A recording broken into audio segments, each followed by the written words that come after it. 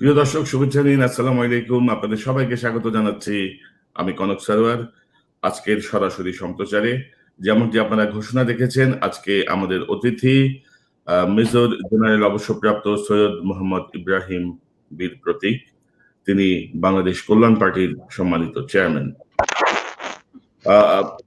General Ibrahim অত্যন্ত সাহসী একজন মুক্তিযোদ্ধা, একজন বেস্ট সেনা কর্মকর্তা। তিনি জীবনে যখন যে কাজে হাত দিয়েছেন সেটিতেই তিনি সাফল্য পেয়েছেন। তো আজকে তিনি আমাদের অতিথি হিসেবে যোগ দিচ্ছেন বর্তমান পরিস্থিতি নিয়ে, দেশের যে পরিস্থিতি সবকিছু নিয়ে আলোচনার জন্য।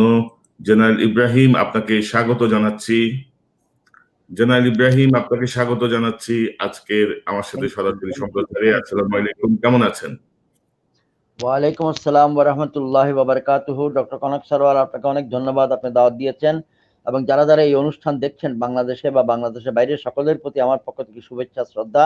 আসসালামু আলাইকুম সকলের প্রতি। মহান আল্লাহ আমাদের সকলের প্রতি দয়াবান হোক, অধিকতর দয়াবান হোক, আল্লাহর রহমত কামনা করি। আমি ভালো আছি, করোনা কালেও যে ভালো আছি, সুস্থ আছি আলহামদুলিল্লাহ। আল্লাহর রহমতের কোনো শেষ নাই। আমার 90 বছর বয়স্ক মা এখনো আছেন, সুস্থ আছেন আল্লাহর রহমতে মোটামুটি।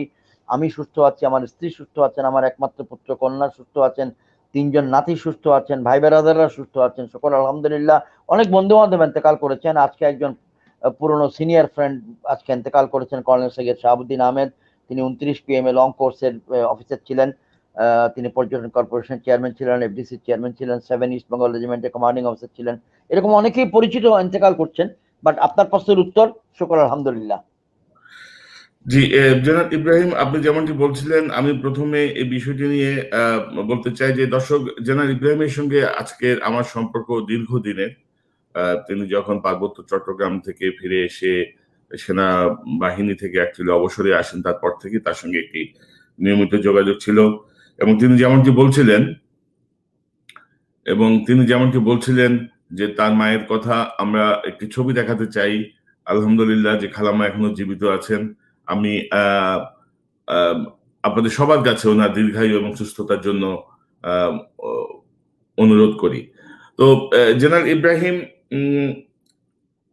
আপনি কল্যাণ পার্টির চেয়ারম্যান।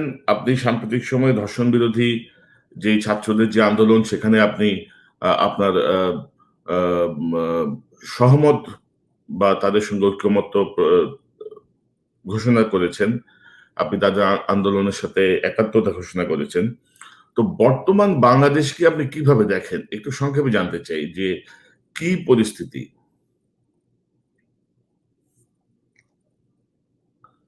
জনাব ইব্রাহিম, আপনার সাউন্ডটা আনমিউট করতে হবে। জি হ্যাঁ, ওকে। বর্তমান পরিস্থিতিটাকে সংক্ষেপে এরকম বলা যায়, ইনফ্রাস্ট্রাকচারাল ডেভেলপমেন্ট অ্যাক্টিভিটি বা ভৌত কাঠামো উন্নয়নমূলক কর্মকাণ্ড দর্শনীয় বিভিন্ন জায়গায় হচ্ছে। মেগা প্রজেক্টগুলো অনেক বাস্তবায়িত হচ্ছে, তার সঙ্গে মেগা দুর্নীতি জড়িত। দ্বিতীয় পয়েন্ট আমরা বলতে পারি, রাজনৈতিকভাবে একটি অস্থিতিশীল পরিস্থিতির মধ্য দিয়ে যাচ্ছে। মানসিকভাবে আমরা অস্থিতিশীল পরিস্থিতিতে আছি। সামাজিক এবং নৈতিক ডাইমেনশন বা আঙ্গিকে আমরা ভীষণ বিপজ্জনক, নাজুক, ভীষণ স্পর্শকাতর একটি লেভেলে নিচে নেমে গেছি। আমরা এরকম ভাবে এটাকে বলা যায় যে আমাদের মানহানি ঘটেছে চরিত্রের আঙ্গিকে। এই যে ধর্ষণ বিরোধী আন্দোলন দেখছেন, এই যে যুব সম্প্রদায়, তরুণীগণ নেমেছেন, আমাদের সন্তানেরা, আমাদের ছোট ভাইয়েরা, বোনেরা, আমি তাদের সঙ্গে সহমত পোষণ করেছি। আমি changetv.press-এ গিয়ে তাদের সঙ্গে বক্তব্য দিয়েছি। আমি ফেসবুক লাইভে নিজে আমার পেজ অবসরপ্রাপ্ত মেজর জেনারেল সৈয়দ মোহাম্মদ ইব্রাহিম এই পেজের থেকে বলেছি। আপনার মাধ্যমে বলতে চাচ্ছি, আমরা শারীরিকভাবে তাদের পাশে যাচ্ছি না বা যেতে পারছি না যে কোনো কারণে, কিন্তু তারা যেন এগিয়ে যায়, তাদেরকে নৈতিক সমর্থন দিচ্ছি। তারা চাই তারা যেন শান্তিপূর্ণভাবে আন্দোলন করে। আজকের বাংলাদেশ মানুষের জীবন যাপনের জন্য কষ্টকর হয়ে গেছে। করোনা ভাইরাসের কারণে তারা অনেক কষ্ট পড়েছে। তো বাংলাদেশের 3 প্রকারের মানুষ এখন দর্শনীয়। এক প্রকার হচ্ছে যারা যে কোনো অবস্থায়, যে কোনো নিয়মে, যে কোনো সুযোগে দুর্নীতি এবং অনৈতিকতায় লিপ্ত হতে অভ্যস্ত। 2 নম্বর হচ্ছে যারা এই পরিস্থিতিতে হতাশায় ভুগছে এবং যারা এই হতাশা থেকে বের হওয়ার জন্য আক্ষেপ করছে, কোনো রাস্তা খুঁজে পাচ্ছে না। আর 3 নম্বর যেটা, তারা হচ্ছে নির্বিকার, নীরব ভাবে বসে আছে, প্রথম যারা ছিল দুর্নীতির প্রতি পক্ষপাতমূলক, দুর্নীতি করতে চাচ্ছে, বড়লোক হতে চাচ্ছে, সমাজটাকে ধ্বংস করতে চাচ্ছে, সবকিছু কুক্ষিগত করতে চাচ্ছে, তারা মাইনরিটি, কিন্তু তারা আগ্রাসী ভূমিকায় আছে, তারা শক্তিশালী অবস্থানে আছে, তাদের সংখ্যা কম, তারা ক্ষমতার সঙ্গে জড়িত, ক্ষমতাসীন সরকারের সঙ্গে বেশিরভাগ ক্ষেত্রে জড়িত। দ্বিতীয় প্রকারের যারা, তারা জনগণের বিশাল একটি অংশ, যারা হতাশায় ভুগছে যে আমরা নেতৃত্ব পাচ্ছি না, আমরা কি করব। এবং সাধারণত দেশের কোটি কোটি মানুষ কোনো আন্দোলনে জড়ায় না, আন্দোলনে একটা অংশ মাত্র জড়ায়, তাদেরকে উজ্জীবিত করতে হয়। আর তৃতীয় যাদের কথা বললাম, যারা প্রতিবাদহীন, তারা নীরব, এবং নীরবতাই কিন্তু, ভালো মানুষদের নীরবতা খারাপ মানুষদের জন্য শক্তি যোগায়, ভালো মানুষদের নীরবতা সমাজের জন্য ভয়ঙ্কর বিপদ টেনে আনে। আজ বাংলাদেশ ঠিক ওইরকম একটি সময় পার করছে। আপনার প্রশ্নের সংক্ষিপ্ত উত্তর এইটুকু বললাম। সবাই এক ধরনের ভয়াবহ আতঙ্কের মধ্যে আছে, এবং ধর্ষণ বিরোধী যে আন্দোলনের সাথে আপনি একাত্মতা প্রকাশ করেছেন, এবং নাগরিক ঐক্য একাত্মতা প্রকাশ করেছে, আরো অনেকে একাত্মতা প্রকাশ করেছে আমরা যতটুকু শুনেছি। তো সাম্প্রতিক সময় পুলিশ থেকে একটি বিজ্ঞপ্তি দেওয়া হয়েছে যে রাষ্ট্রবিরোধী কর্মকাণ্ড পরিহার করতে বলেছে পুলিশ। পুলিশ বলছে যে এটি রাষ্ট্রবিরোধী কর্মকাণ্ড, এটি থেকে বিরত থাকার জন্য।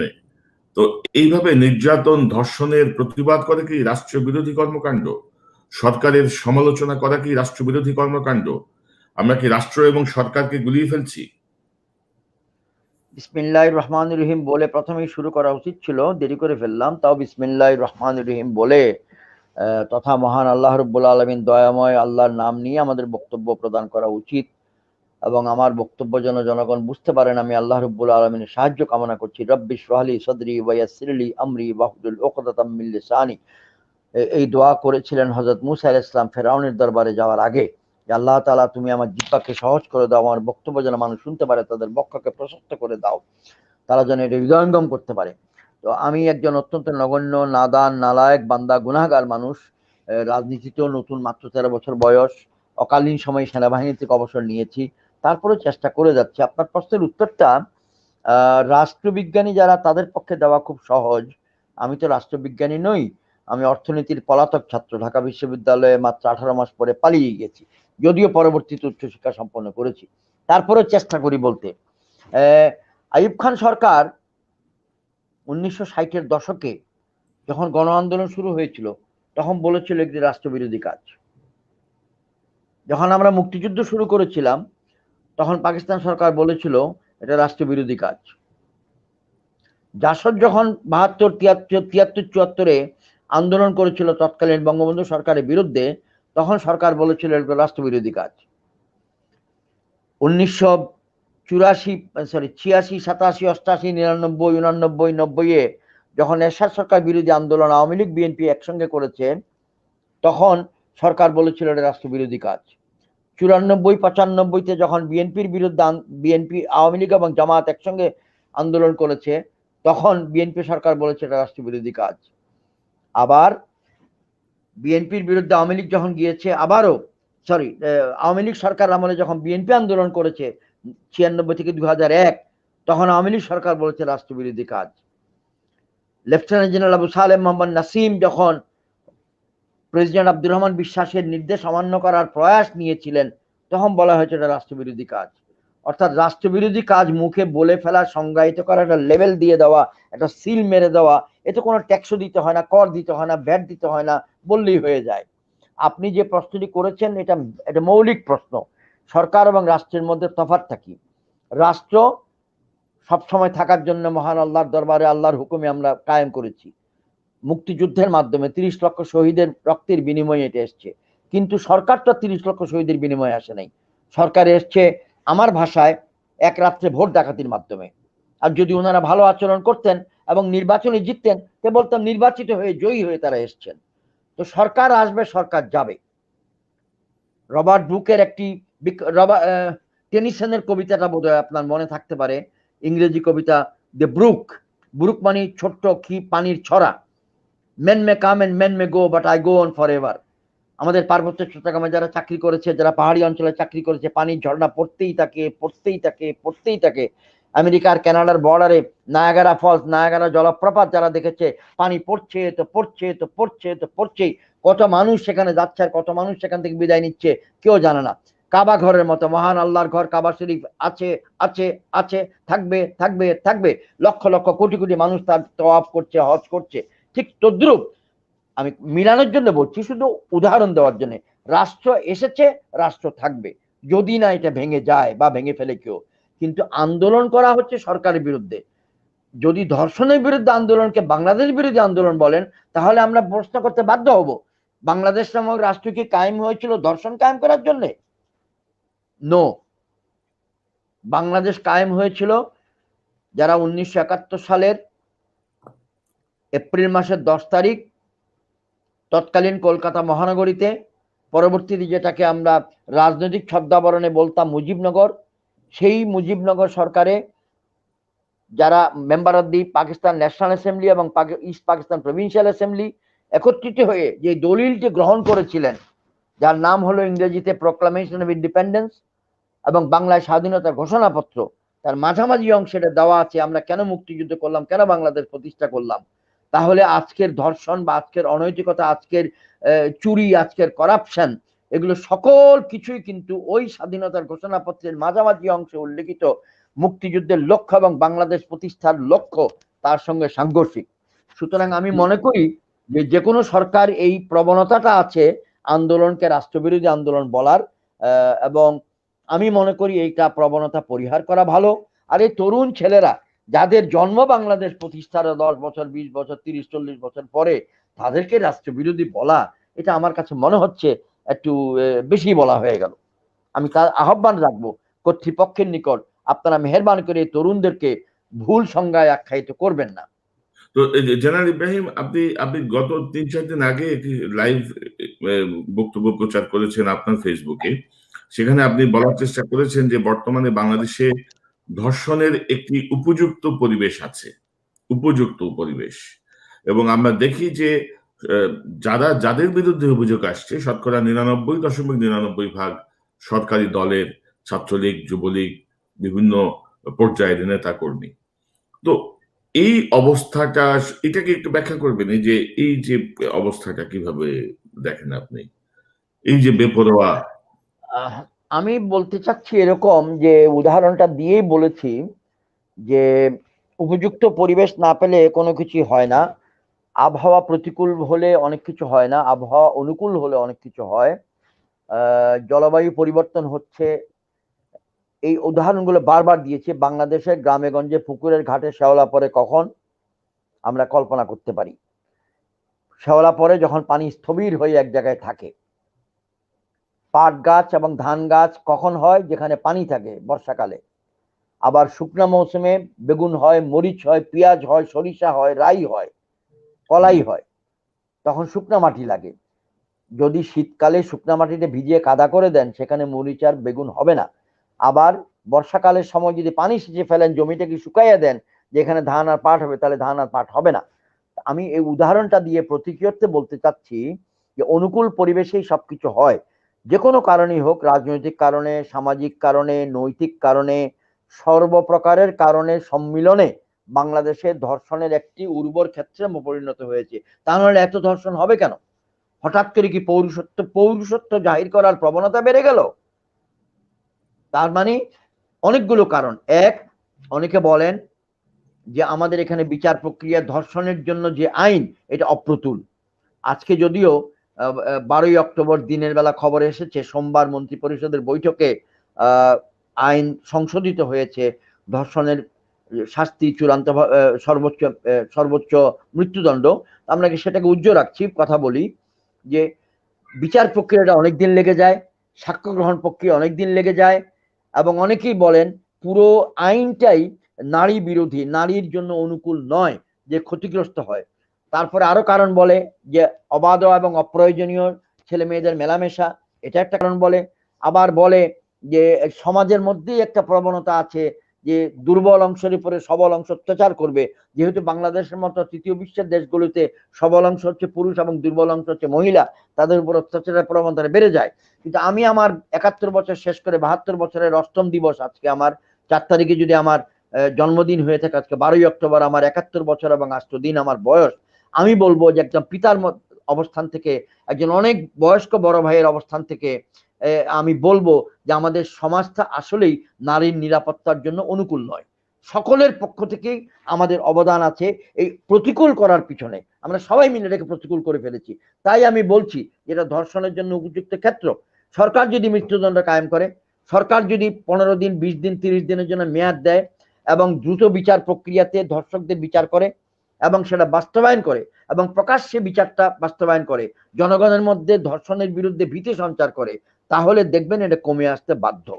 এবং আরেকটি কথা আছে যেটা আমি তথ্য দিয়ে আপনাকে অনেক ফিগার দিয়ে পারবো না, কারণ আমি তার অনেক তথ্য নিয়ে বছরের পর বছর জমা করে গবেষক হিসেবে আপনার সামনে আসি নাই। কিন্তু আপনি যদি মেহেরবানি করে খেয়াল করেন, বহু দর্শক আছে, ধর্ষণকারী আছে, যাদের বিচার হয়েছে বা হয় নাই, জেলখানায় আছে, জামিন পেয়ে যাচ্ছে।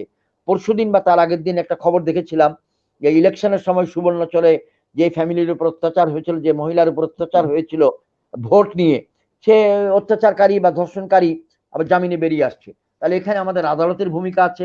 এখন আমি আপনার এই টক শোতে যদি আদালতের সমালোচনা করে আমার আদালতের অবমাননার মামলা হতে পারে, কিন্তু বাস্তবতা হলো আদালতের সামনে ওই ধর্ষণকারীর জামিন আবেদনের বিরুদ্ধে যারা দাঁড়িয়েছে তারা কি সবল অবস্থান নিয়ে দাঁড়িয়েছিল? আইন কি তার অনুকূলে ছিল? আমি জানি না। একটি সমাজকে যদি নৈতিকভাবে এগিয়ে নিয়ে যেতে হয়, আমাকে আগে অপরাধটাকে বন্ধ করতে হবে, তারপর মনকে পরিপক্ক এবং পরিষ্কার করতে হবে। তাই বলেছি আমি। আপনার এই প্রশ্নের উত্তরে এতটুকু। জেনারেল ইব্রাহিম, আমাদের দেশে এই ধর্ষণ বা আইন বিরোধী এইসব অনেক কিছুই দীর্ঘদিন ধরেই ছিল, সব সরকারের আমলেই ছিল। কিন্তু গত 12 বছরে জেঁকে বসা আওয়ামী লীগ সরকারের এই রেজিমটা আমরা দেখছি যে মানে আইন বিচার সকল কিছুই আসলে তোয়াক্কাহীন ভাবে চলছে। কারণ শাসক দলের যারা নেতাকর্মী তারা কোনো কিছুই পরোয়া করছেন না, তাদেরকে এতটাই প্রিভিলেজড তারা নিজেদেরকে মনে করেন। তো একটি বিষয়, আমরা প্রচুর কমেন্টস আসছে, কমেন্টসে সবাই বলছেন আপনি আপনি আপনার চেম্বারে আমরা লাইভ করার সময় আপনার পেছনে একটি ইয়ে দেখি যে হে 71-এর বীর প্রতীক, তুমি বলো যাতে শুনতে চাই। এবং এটিকে অনেকে কোট করেছেন। আমি একটু আগে দেখছিলাম বাবা এত কমেন্টস, ধরেন এর মধ্যে প্রায় 200 কমেন্টস আমি দেখছি। তো সবাই আপনার কাছ থেকে শুনতে চায় তাদের করণীয় কি, দেশের এই অবস্থা থেকে উত্তরণের উপায় কি। এবং একজন বলছেন যে আপনি ওই যে ফেরাউনের দরবারে যাওয়ার আগে মুসা যে দোয়াটি পড়েছিল সেই দোয়াটি যদি আমাকে পাঠিয়ে দেন, আমি ডেসক্রিপশনে একটু দিয়ে দিব, তাহলে অনেক দর্শক সেটি জানতে পারবেন, নিজেরাও মনে মনে পড়তে পারবেন বিপদের সময়, বিপদের কালে আল্লাহ রাব্বুল আলামিনের সাহায্যের জন্য। তো জেনারেল ইব্রাহিম, আমি একটু আপনার এই 3 দিন আগের লাইভ থেকে আমি আপনাকে দুটো ক্লিপ দেখাবো পরপর। সিনহা হত্যার বিচার যদি বিপদগামী হয়ে যায়, সিনহা হত্যার বিচার যদি ডাইভার্টেড হয়ে যায়, সিনহা হত্যার বিচার এবং ন্যায় বিচার যদি হাইজ্যাক হয়ে যায়, তাহলে এটা দেশের জন্য কোনো মতে মঙ্গল বয়ে আনবে না। এবং আরেকটি ক্লিপ যদি দেখ। আমি বলার অধিকার রাখি না, কিন্তু আমি বলতে চাই যে আমি যদি একজন চাকুরিরত ক্যাপ্টেন, মেজর, কর্নেল হতাম, তাহলে সিনহা হত্যার ঘটনায় আমি বিব্রত হতাম, আমি বিক্ষুব্ধ হতাম। তো জেনারেল ইব্রাহিম, এই যে আপনি, আপনাকে দুটি প্রশ্ন আপনার কাছে, আপনার দুটি ক্লিপ থেকে, যে সিনহা হত্যার বিচার কি হাইজ্যাক হয়ে যাচ্ছে? যে সিনহা হত্যা নিয়ে সেনাবাহিনী পুলিশের মধ্যে টানাপোড়েন আমরা লক্ষ্য করলাম, সেনাবাহিনীর প্রধান ছুটে গেলেন কক্সবাজারে, এই হবে সেই হবে। দুঃখিত, রাওয়া ক্লাবের আপনাদের অবসরপ্রাপ্ত সংগঠন রাওয়ার মেম্বাররা উজ্জীবিত হলেন, তারা প্রতিবাদ করলেন, তারা বললেন ছাড় দেওয়া হবে না। তো সেখানে আপনি কেন মনে করছেন যে এটি হাইজ্যাক হয়ে যেতে পারে, অথবা এরকম কোনো আলামত আপনি দেখছেন কিনা, এক। আর 2 নাম্বার হচ্ছে যে আপনি কেন মনে করছেন যে অ্যাক্টিভ যারা সেনা কর্মকর্তা আছেন তারা বিব্রত বা বিক্ষুব্ধ নন? আপনার দ্বিতীয় প্রশ্নের উত্তরটা আগে দিয়ে দেই। যারা অ্যাক্টিভ বা চাকুরিরত, আমি কেন মনে করছি যে তারা বিক্ষুব্ধ নন, আমি এটাও মনে করছি না যে তারা বিক্ষুব্ধ। আমি যদি চাকরি করতাম, কারণ আমি সচেতন ছিলাম, আমি জাগ্রত ছিলাম, আমি একজন মুক্তিযোদ্ধা ছিলাম। আমি তো বাংলাদেশে 72 সাল থেকে স্বাধীন বাংলাদেশের সেনাবাহিনীতে চাকরি করেছি।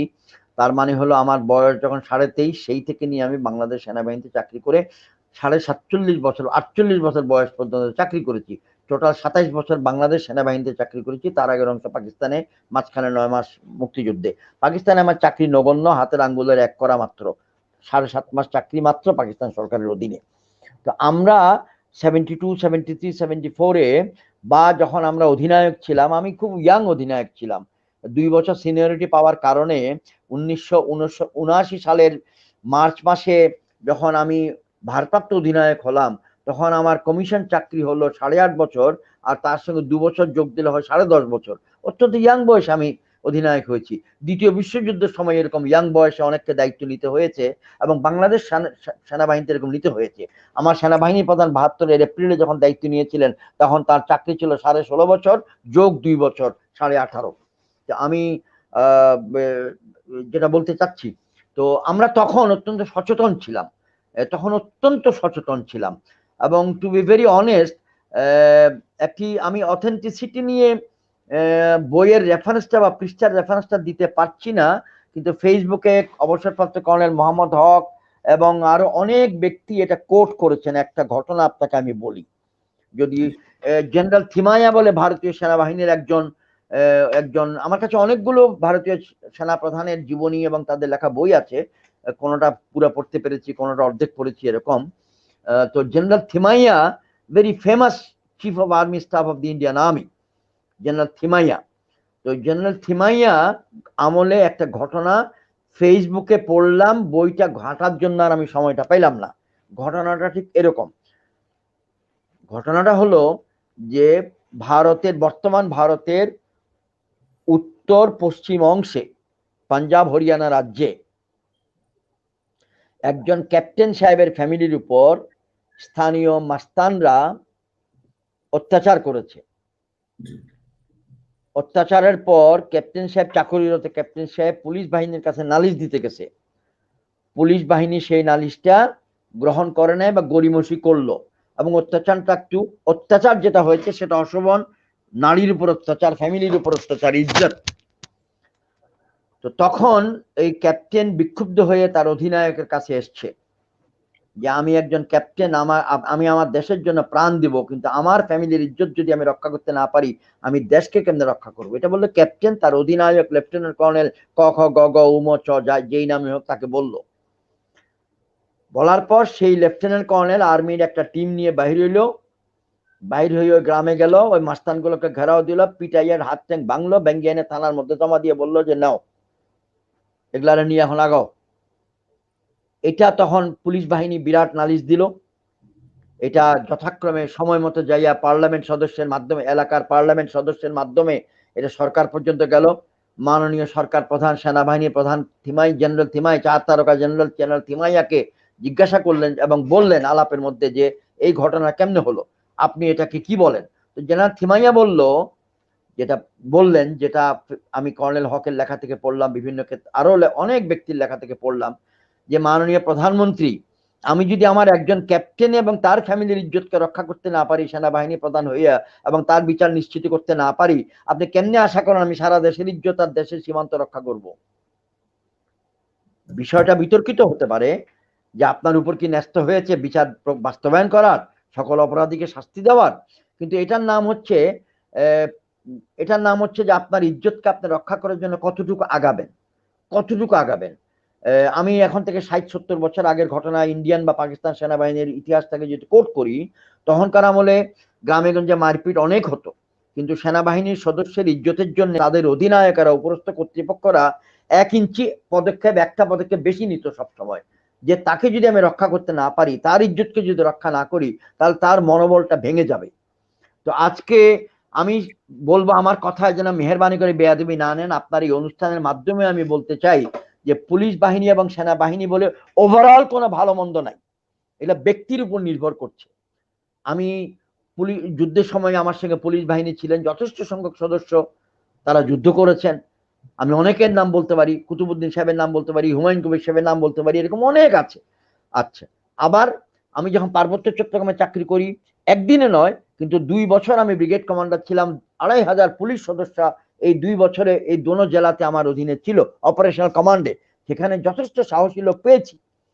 আবারও বলি, 1988 সালের মে মাসের 8 তারিখ বঙ্গভবন, রোজার দিন, ইফতারের আগে মহামান্য রাষ্ট্রপতি, পুরা cabinet, all the generals of Bangladesh army, DIG and above police অফিসারদের সামনে, all secretaries of the government একটা উদাহরণ দিয়েছিলাম যে পার্বত্য চট্টগ্রামে যুদ্ধ করতে গিয়ে আমি জেনারেল ইব্রাহিমের, আমি colonel Ibrahim, brigade commander of Khagrachari, আমার অধীনে যদি আর্মির সিপাহী থাকে আর পুলিশের কনস্টেবল থাকে, উভয়ের রক্তের রক্ত কণিকা কিন্তু একই রকমের লাল। অতএব আপনি মহামান্য রাষ্ট্রপতি হোসেন মোহাম্মদ এরশাদ এবং বাংলাদেশ গভর্নমেন্ট আমাদের উভয়কে সমানভাবে মূল্যায়ন করতে হবে। আমি কর্নেল ইব্রাহিম সেই নৈতিক সাহস রেখে বলেছিলাম। তাহলে আমাদের এখানে যে অপরাধগুলো হচ্ছে এটা ব্যক্তির উপর নির্ভর করছে। এবং মেজর সিনহাকে নিয়ে কেন এত আসলো, ওই যে জনাব সম্মানিত অবসরপ্রাপ্ত একজন ব্যক্তি, পুলিশ একজন জ্যেষ্ঠ কর্মকর্তা বলেছিলেন ও অবসরপ্রাপ্ত, ও ঠিক আছে। এটা কিন্তু এই যে মানসিকতা, যে আপনার একটা অবহেলা, এবং ইতিপূর্বে ছোট ছোট ইনসিডেন্ট হয়েছে। আরো একটি কথা আছে, এই কথাটা কেউ কাউকে ব্যাখ্যা করে না। ইংরেজিতে একটা প্রবাদ বাক্য আছে, ফ্যামিলিয়ারিটি ব্রিডস কন্টেম্পট, মানে হলো বেশি ঘনিষ্ঠতা পরস্পরের মধ্যে মহব্বতের বদলে অসম্প্রীতি বা কন্টেম্পটের বাংলা কি হতে পারে, অসহ্য করার একটা প্রবণতা আর কি, বা অবমূল্যায়ন করার প্রবণতা জন্ম দেয়। আপনার সবাই খালি আর্মি, পুলিশ, বিডিআর এরকম বলতে থাকি, কিন্তু একটা কথা ভুলে যাচ্ছি, 1969-68 এর কথা যদি বলি, বাংলাদেশে তৎকালীন পূর্ব পাকিস্তানে একজন মাত্র 3 তারকা জেনারেল ছিলেন, লেফটেন্যান্ট জেনারেল, যিনি ইস্টার্ন কমান্ডের কমান্ডার ছিলেন। একজন মাত্র 2 তারকা জেনারেল ছিলেন, 4-5 জন ব্রিগেডিয়ার ছিলেন। আজকে সেখানে 4 তারকা জেনারেল একজন, 3 তারকা জেনারেল 4-5 জন, 2 তারকা মেজর জেনারেল র্যাঙ্কের অফিসার 50-এর ঊর্ধ্বে, ব্রিগেডিয়ার 100, 150, 200-এর ঊর্ধ্বে, পুলিশের আইজি মহোদয় আছেন, additional IGs half a dozen, DIGs more than 3-4 dozens, additional DIGs. অর্থাৎ জনসংখ্যা বেড়েছে, প্রশাসন বড় হয়েছে, র্যাঙ্ক বেড়েছে। অতএব আপনি ডেইলি যখন একটা জিনিসকে দেখেন, তখন আপনার কিন্তু ভয়টা বা ভাব গম্ভীর্যতা বা সম্প্রীতিটা কমে যায়। আপনার কাছে এটা মনে হয় পান্তাবাদ, ও তো আমারই ছেলে, ও তো আমারই ভাই, ও তো আমার খালতো ভাই। এই যে কারণে অবসরপ্রাপ্ত ব্যক্তি মেজর সিনহাকে হত্যার পর মনোভাবটা এসছে, এটা আমি যতটুকু অনুভব করেছি, এটা এসেছে ওসি প্রদীপ নামক, ওসি প্রদীপ মানে ওসিটা তার নামের অংশ না, কিন্তু তার নামই হয়ে গেছে ওসি প্রদীপ আর কি।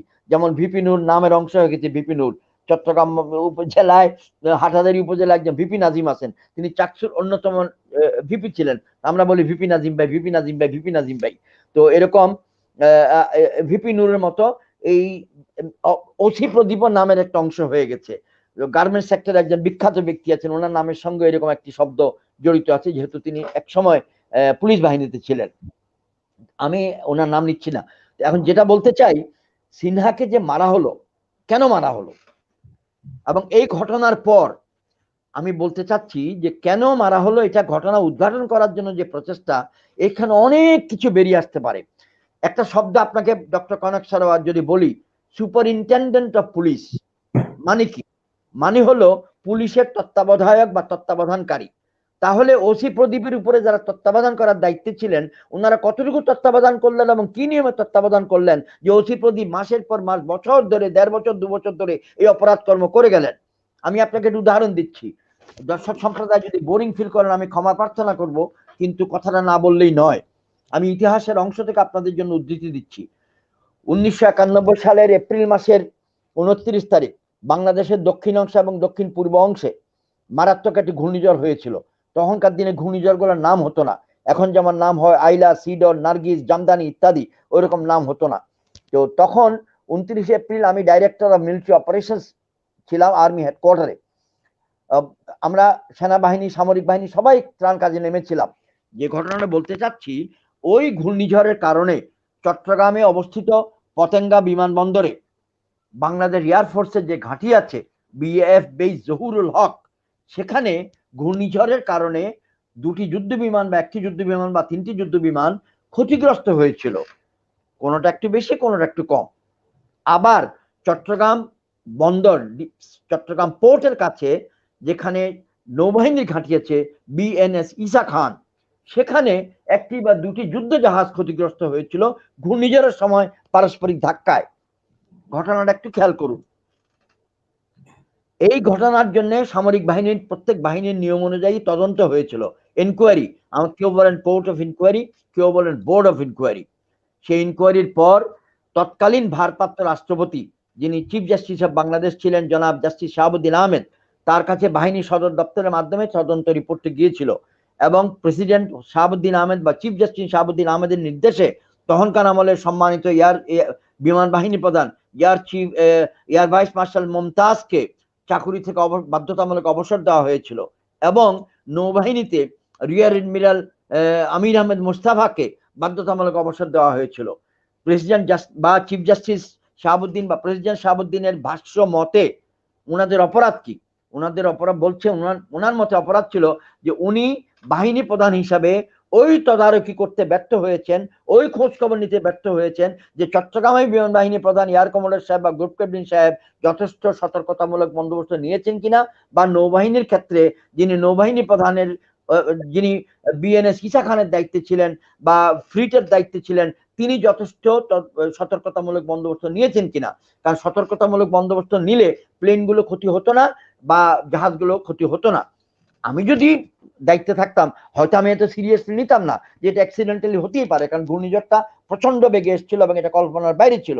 কিন্তু প্রেসিডেন্ট শাহাবুদ্দিনের মতে যে ওনারা কমান্ড রেসপন্সিবিলিটি, এই কথাটা যদি আমরা এখন বাংলাদেশে নিয়ে আসি, ওসি প্রদীপের দৌরাত্ম্য এটার জন্য দায়ী কে? এটার জন্য ওনার উপরে যদি অধিক কেউ দায়িত্ব না নেয়, এই জন্যই বলবো যে পুলিশ বাহিনী is not a force which runs on command, it is a service. এটা একটা ক্যাডার ভিত্তিক চাকুরি, it is not a command. এবং সেখানে প্রবণতা যদি কেউ দেখায় যে আর্মির মতো করে চলবে, আর্মির মতো সবকিছু হবে, এটা হবে না। এই জায়গাটা কিন্তু অপ্রকাশিত একটি কথা মানুষের মনে মনে মনে মনে মনে মনে ঘুরছে। আমি আপনার কাছে কথাটা তুলে ধরলাম, কালকেই আমার আবার শত্রু বেরোবে, কালকেই আমারও সমালোচনা করবে, কিন্তু সব সমালোচনার ভয়ে না বললে তো হবে না। মনের ভিতরে যে দ্বন্দ্বগুলো কাজ করছে, মনের ভিতরে যে আশঙ্কাগুলো কাজ করছে, মনের ভিতর যে অপ্রীতিকর চিন্তা আসছে, এগুলোর এই কারণগুলো আছে। যদি সারা পুলিশ বাহিনীতে তত্ত্বাবধানের প্রক্রিয়াটা দুর্বল হয়ে যায় তাহলে সমগ্র বাংলাদেশি জাতি, সমস্ত জাতি বা দেশ অনিরাপদ হয়। আমরা একটা কথা মনে রাখতে হবে, সামরিক বাহিনী বা সেনাবাহিনী হচ্ছে সার্বভৌমত্ব স্বাধীনতার প্রতীক।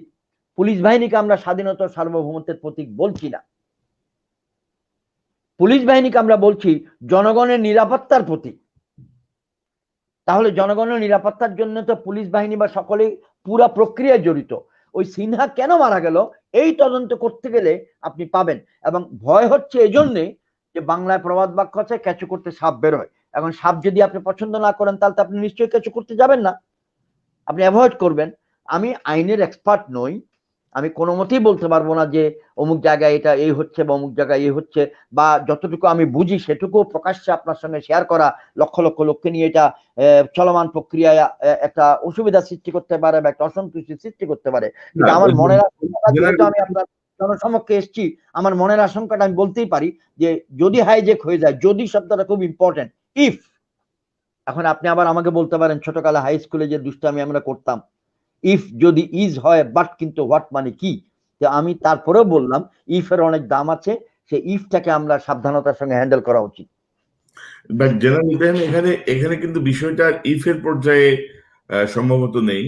আপনি যদি দেখেন যে সিনহা হত্যাকাণ্ডের পরে আমি আপনাকে একটা ক্লিপ দেখাতে চাই আমাদের সেনা প্রধানের। আমি বলবো এটা একটা অত্যন্ত নৃশংস জঘন্যতম একটা হত্যা ঘটনা ঘটেছে। তো এটার তদন্ত হচ্ছে। আমি সেনাপ্রধান হিসাবে আশা করতে চাই যে তদন্তটা সুস্থভাবে সম্পন্ন হবে এবং যারা প্রকৃত ক্রিমিনাল তাদের উপযুক্ত এবং দৃষ্টান্তমূলক শাস্তি হবে, যাতে ভবিষ্যতে এই ধরনের কোনো ঘটনা সেনাবাহিনীর সার্ভিং অথবা রিটায়ার্ড কারোর সাথে আর ভবিষ্যতে না ঘটে। আমি সেটা প্রত্যাশা করব। তো হচ্ছে এই ব্যাপারে কোনো কিছু বলা যাবে না, তদন্ত সন্তুষ্ট কিনা, কারণ যে ঘটনাটা ঘটেছে এটা সবাই জানে, অত্যন্ত জঘন্যতম একটা ঘটনা ঘটেছে এবং সেটার হলো দৃষ্টান্তমূলক শাস্তি হইতে হবে। তো এইটা হলো তদন্তে বেরিয়ে আসবে এবং সাজাটা যখন হবে তাহলে হলো সন্তুষ্টির প্রশ্ন আসবে। তার আগে সন্তুষ্টি কিভাবে বলবো, বলার কোনো সুযোগ নেই। জি, তো এই কথাটা উনি বলেছেন সিনহা হত্যাকাণ্ডের পরপর বলা হয়েছিল এটা বিচ্ছিন্ন ঘটনা, তিনি বলেছেন। এরপরে তিনি বলেছেন এটি অত্যন্ত গুরুতর ঘটনা। তো এই বক্তব্যের কয়েকদিন পরেই আমরা দেখলাম যে ওসি প্রদীপ সহ লিয়াকত প্রিজন ভ্যানের ভিতরে বসে টেলিফোনে কথা বলছে, কোন স্যারকে কি যেন জানাচ্ছে। সরকারি তদন্ত কমিটির রিপোর্টে বলা হচ্ছে যে তাদের সঙ্গে একটি দূতাবাসের যোগাযোগ ছিল। যতটুকু আমরা জানতে পেরেছি ভারতীয় দূতাবাসের সঙ্গে যোগাযোগ ছিল, এবং এখন দেখা যাচ্ছে যে এই মামলাটিকে কোয়াশ করার চেষ্টা চলছে পুলিশের পক্ষ থেকে, যে র্যাব এই মামলাটি তদন্ত করার আগে আদালতের অনুমতি নেয়নি, অর্থাৎ আইনের নানা রকম ফাঁকফোকর গলিয়ে এই মামলাটিকে বাতিল করার একটা চেষ্টা চলছে। তো সেই জায়গাটায় আপনার ইফটা ঠিক আপনার ইফ মনে হচ্ছে না, ইফটা অনেক বেশি যুক্তিসঙ্গত এবং শক্তিশালী মনে হচ্ছে। আপনি কি মনে করেন এই যে সার্বিক সবকিছু মিলিয়ে?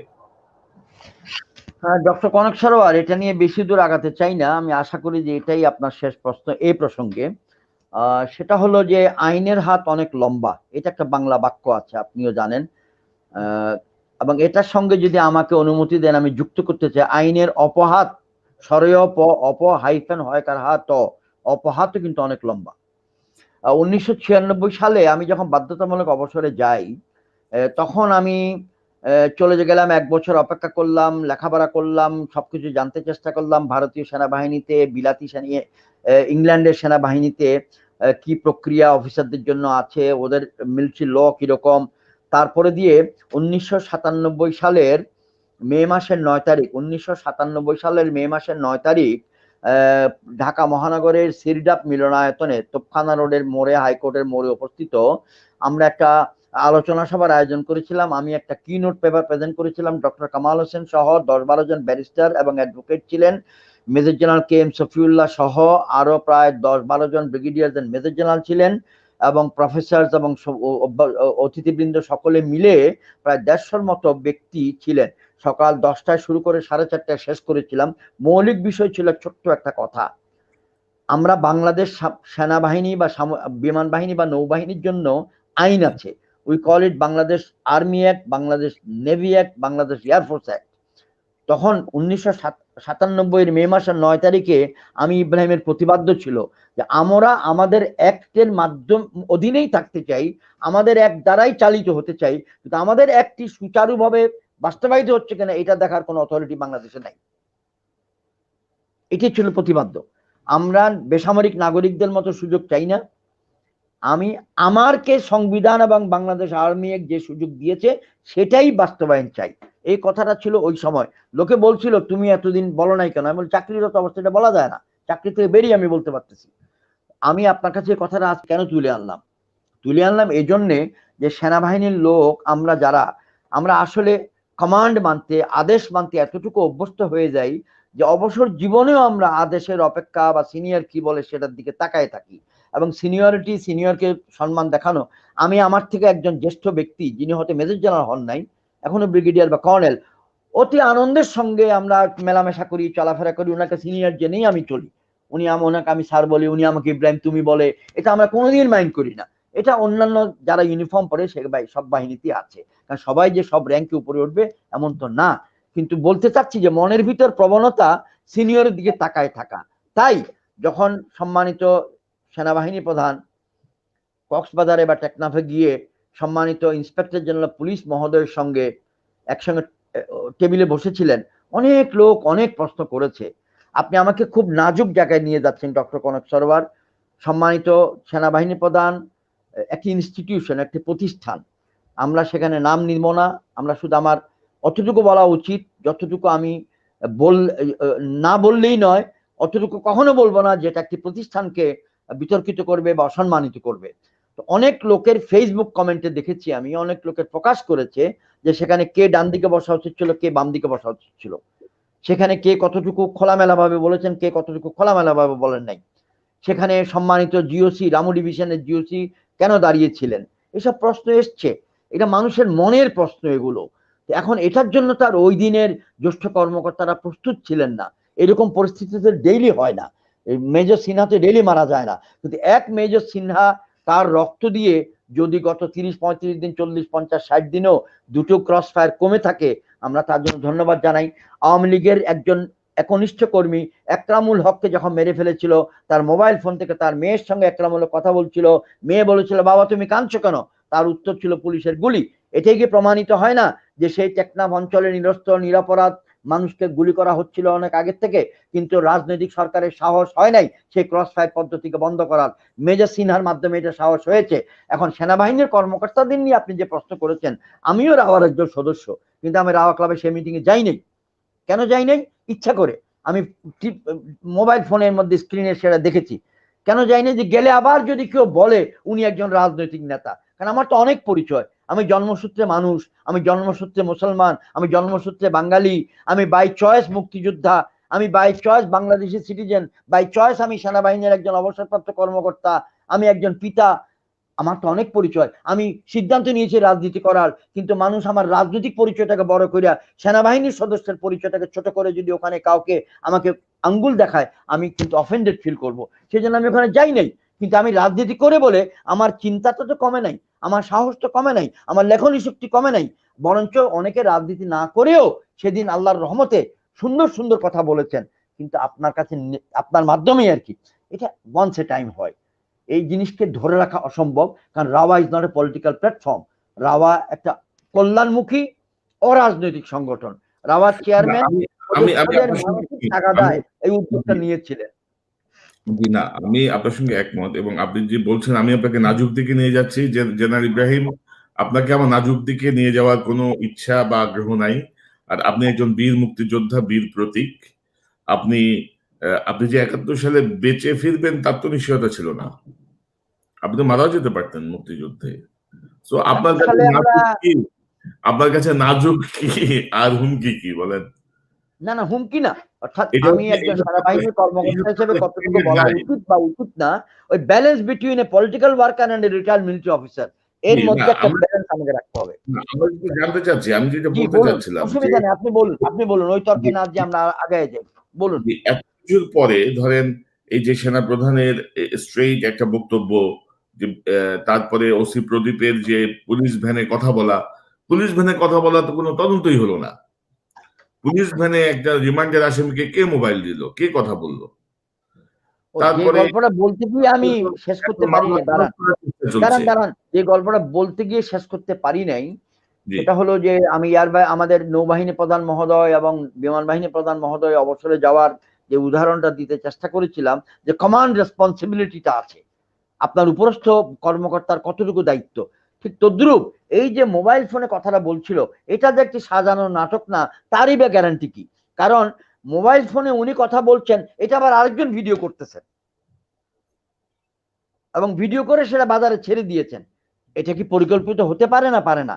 এক হতে পারে এই দেখো মিয়া আমার কত সাহস, কথাও বলবো, দেখা জাতিকে। আবার এমনও হইতে পারে যে মানুষ উস্কানি দেওয়ার জন্য ওরে যে কথা বলে ছাড়াই দিল, কিন্তু উনি বলতেছিলেন স্যার স্যার, আসলে ওই পক্ষে কেউ আছে কিনা জানি না। আমি অতীতে গল্প শুনেছি, রাজনৈতিক নেতাদের কাছে যখন যাইতো সুপারিশের জন্য, তারা কর্মীকে বা আবেদনকারী কর্মীকে সন্তুষ্ট করার জন্য টেলিফোনটা হাতে নিয়ে নিতে, এরকম করে নিয়ে বলতো, শোনো এই আব্দুর রহমান যাবে তোমার কাছে, ওর দরখাস্তটা আমি সুপারিশ লিখে দিছি, তো তুমি কিন্তু এটা দেখবা প্লিজ, ও আমার একনিষ্ঠ খুব ঘনিষ্ঠ কর্মী। রেখে দিল, সামনে আব্দুর রহমান আছে, ওনার কর্মী, বলল আমি তোমার কথা বলে দিছি, তুমি এখন যাইও। আসলে কিন্তু টেলিফোনে কাউকে চিপে নাই, এমনি বলছে। এগুলা অতীতে শুনতাম এরকম নাটক হয়। তো এখন এই উনি কার সঙ্গে বলেছেন কার সঙ্গে বলেন নাই, যেটা বলতে গিয়ে বারবার ভুলে যাচ্ছে, আল্লাহ মাফ করুক, সেটা হচ্ছে আইনের ব্যাখ্যা, আইনের ইমপ্লিমেন্টেশন, কোনোটার সঙ্গে তো সেনাবাহিনী জড়িত না, সামরিক বাহিনীর অবসরপ্রাপ্ত বা চাকরিরত কেউ তো জড়িত না।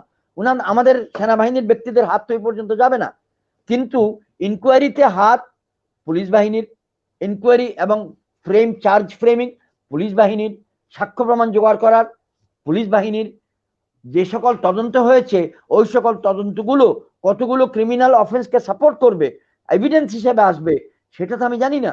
যেমন বাংলাদেশ সেনাবাহিনীতে একটা শব্দ আছে, সেনাবাহিনীর অনেক কর্মকর্তা জানবেন, কোর্ট অফ ইনকোয়ারি। কিন্তু কোর্ট অফ ইনকোয়ারিতে যে বক্তব্য দেওয়া হয়, এটি কোর্ট মার্শালের সময় সাক্ষ্য হিসাবে গ্রহণযোগ্য নয়, এটা তদন্তের জন্য মাত্র গ্রহণযোগ্য। এরকম যেই তদন্তগুলো টেকনাফকে নিয়ে হয়েছে, কোন কোন সাক্ষ্যটি আসলে আদালতে বিচার কার্য চলাকালের সময় গ্রহণযোগ্য হবে, এটা তো আমাদের হাজার শত শত অবসরপ্রাপ্ত ভাইয়েরা বোনেরা আমরা হয়তো এটা নিয়ে ওয়াকিফাল না। তো রাওয়া থেকে দুটো কমিটি করা হয়েছিল, দুজন জ্যেষ্ঠ অফিসারের নেতৃত্বে একজনকে দেওয়া হয়েছিল মনিটরিং করার জন্য পাবলিসিটি বা মিডিয়া, আরেকজনকে দায়িত্ব দেওয়া হয়েছিল লিগ্যাল প্রসেসটা মনিটরিং করার জন্য। ওনারা নিশ্চিতভাবেই সুন্দরভাবে কাজ করে যাচ্ছেন। তো আমি আমার মনের আবেগটা বলা প্রয়োজন। আমি রাজনৈতিক কর্মী, কল্যাণ পার্টির চেয়ারম্যান হিসেবে আমার পক্ষ থেকে আমি বলে রেখেছি, আমি মনে করি আমি সরকারের উপকার করছি, আমি দেশের উপকার করছি। যে এরকম ঘটনা যদি ঘটে তাহলে কিন্তু একটা অমঙ্গলজনক সিচুয়েশন সৃষ্টি হবে, মানুষের মনে ব্যতীত হবে, বিক্ষুব্ধ হবে। এটা বলে দেওয়াটা ভালো।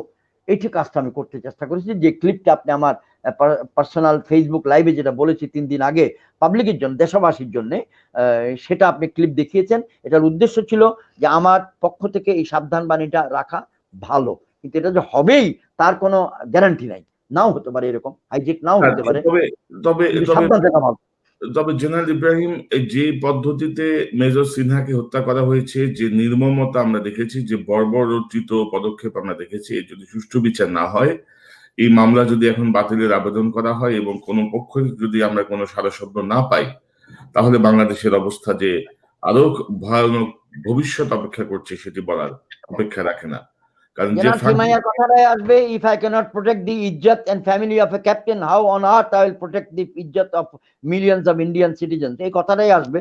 এটা বাংলা মানি হলো, আমি যদি আমার মেজর সিনহার বিচার নিশ্চয়তা দিতে না পারি আইনের বেড়াজালের কারণে, তখন আপনি কিন্তু আইনকে বৃদ্ধাঙ্গুল দেখাতে বাধ্য হবে, উস্কানি দিবেন একজনকে, যে এই আইন দিয়ে কিছুই হবে না, গোড়ার ডিম যা।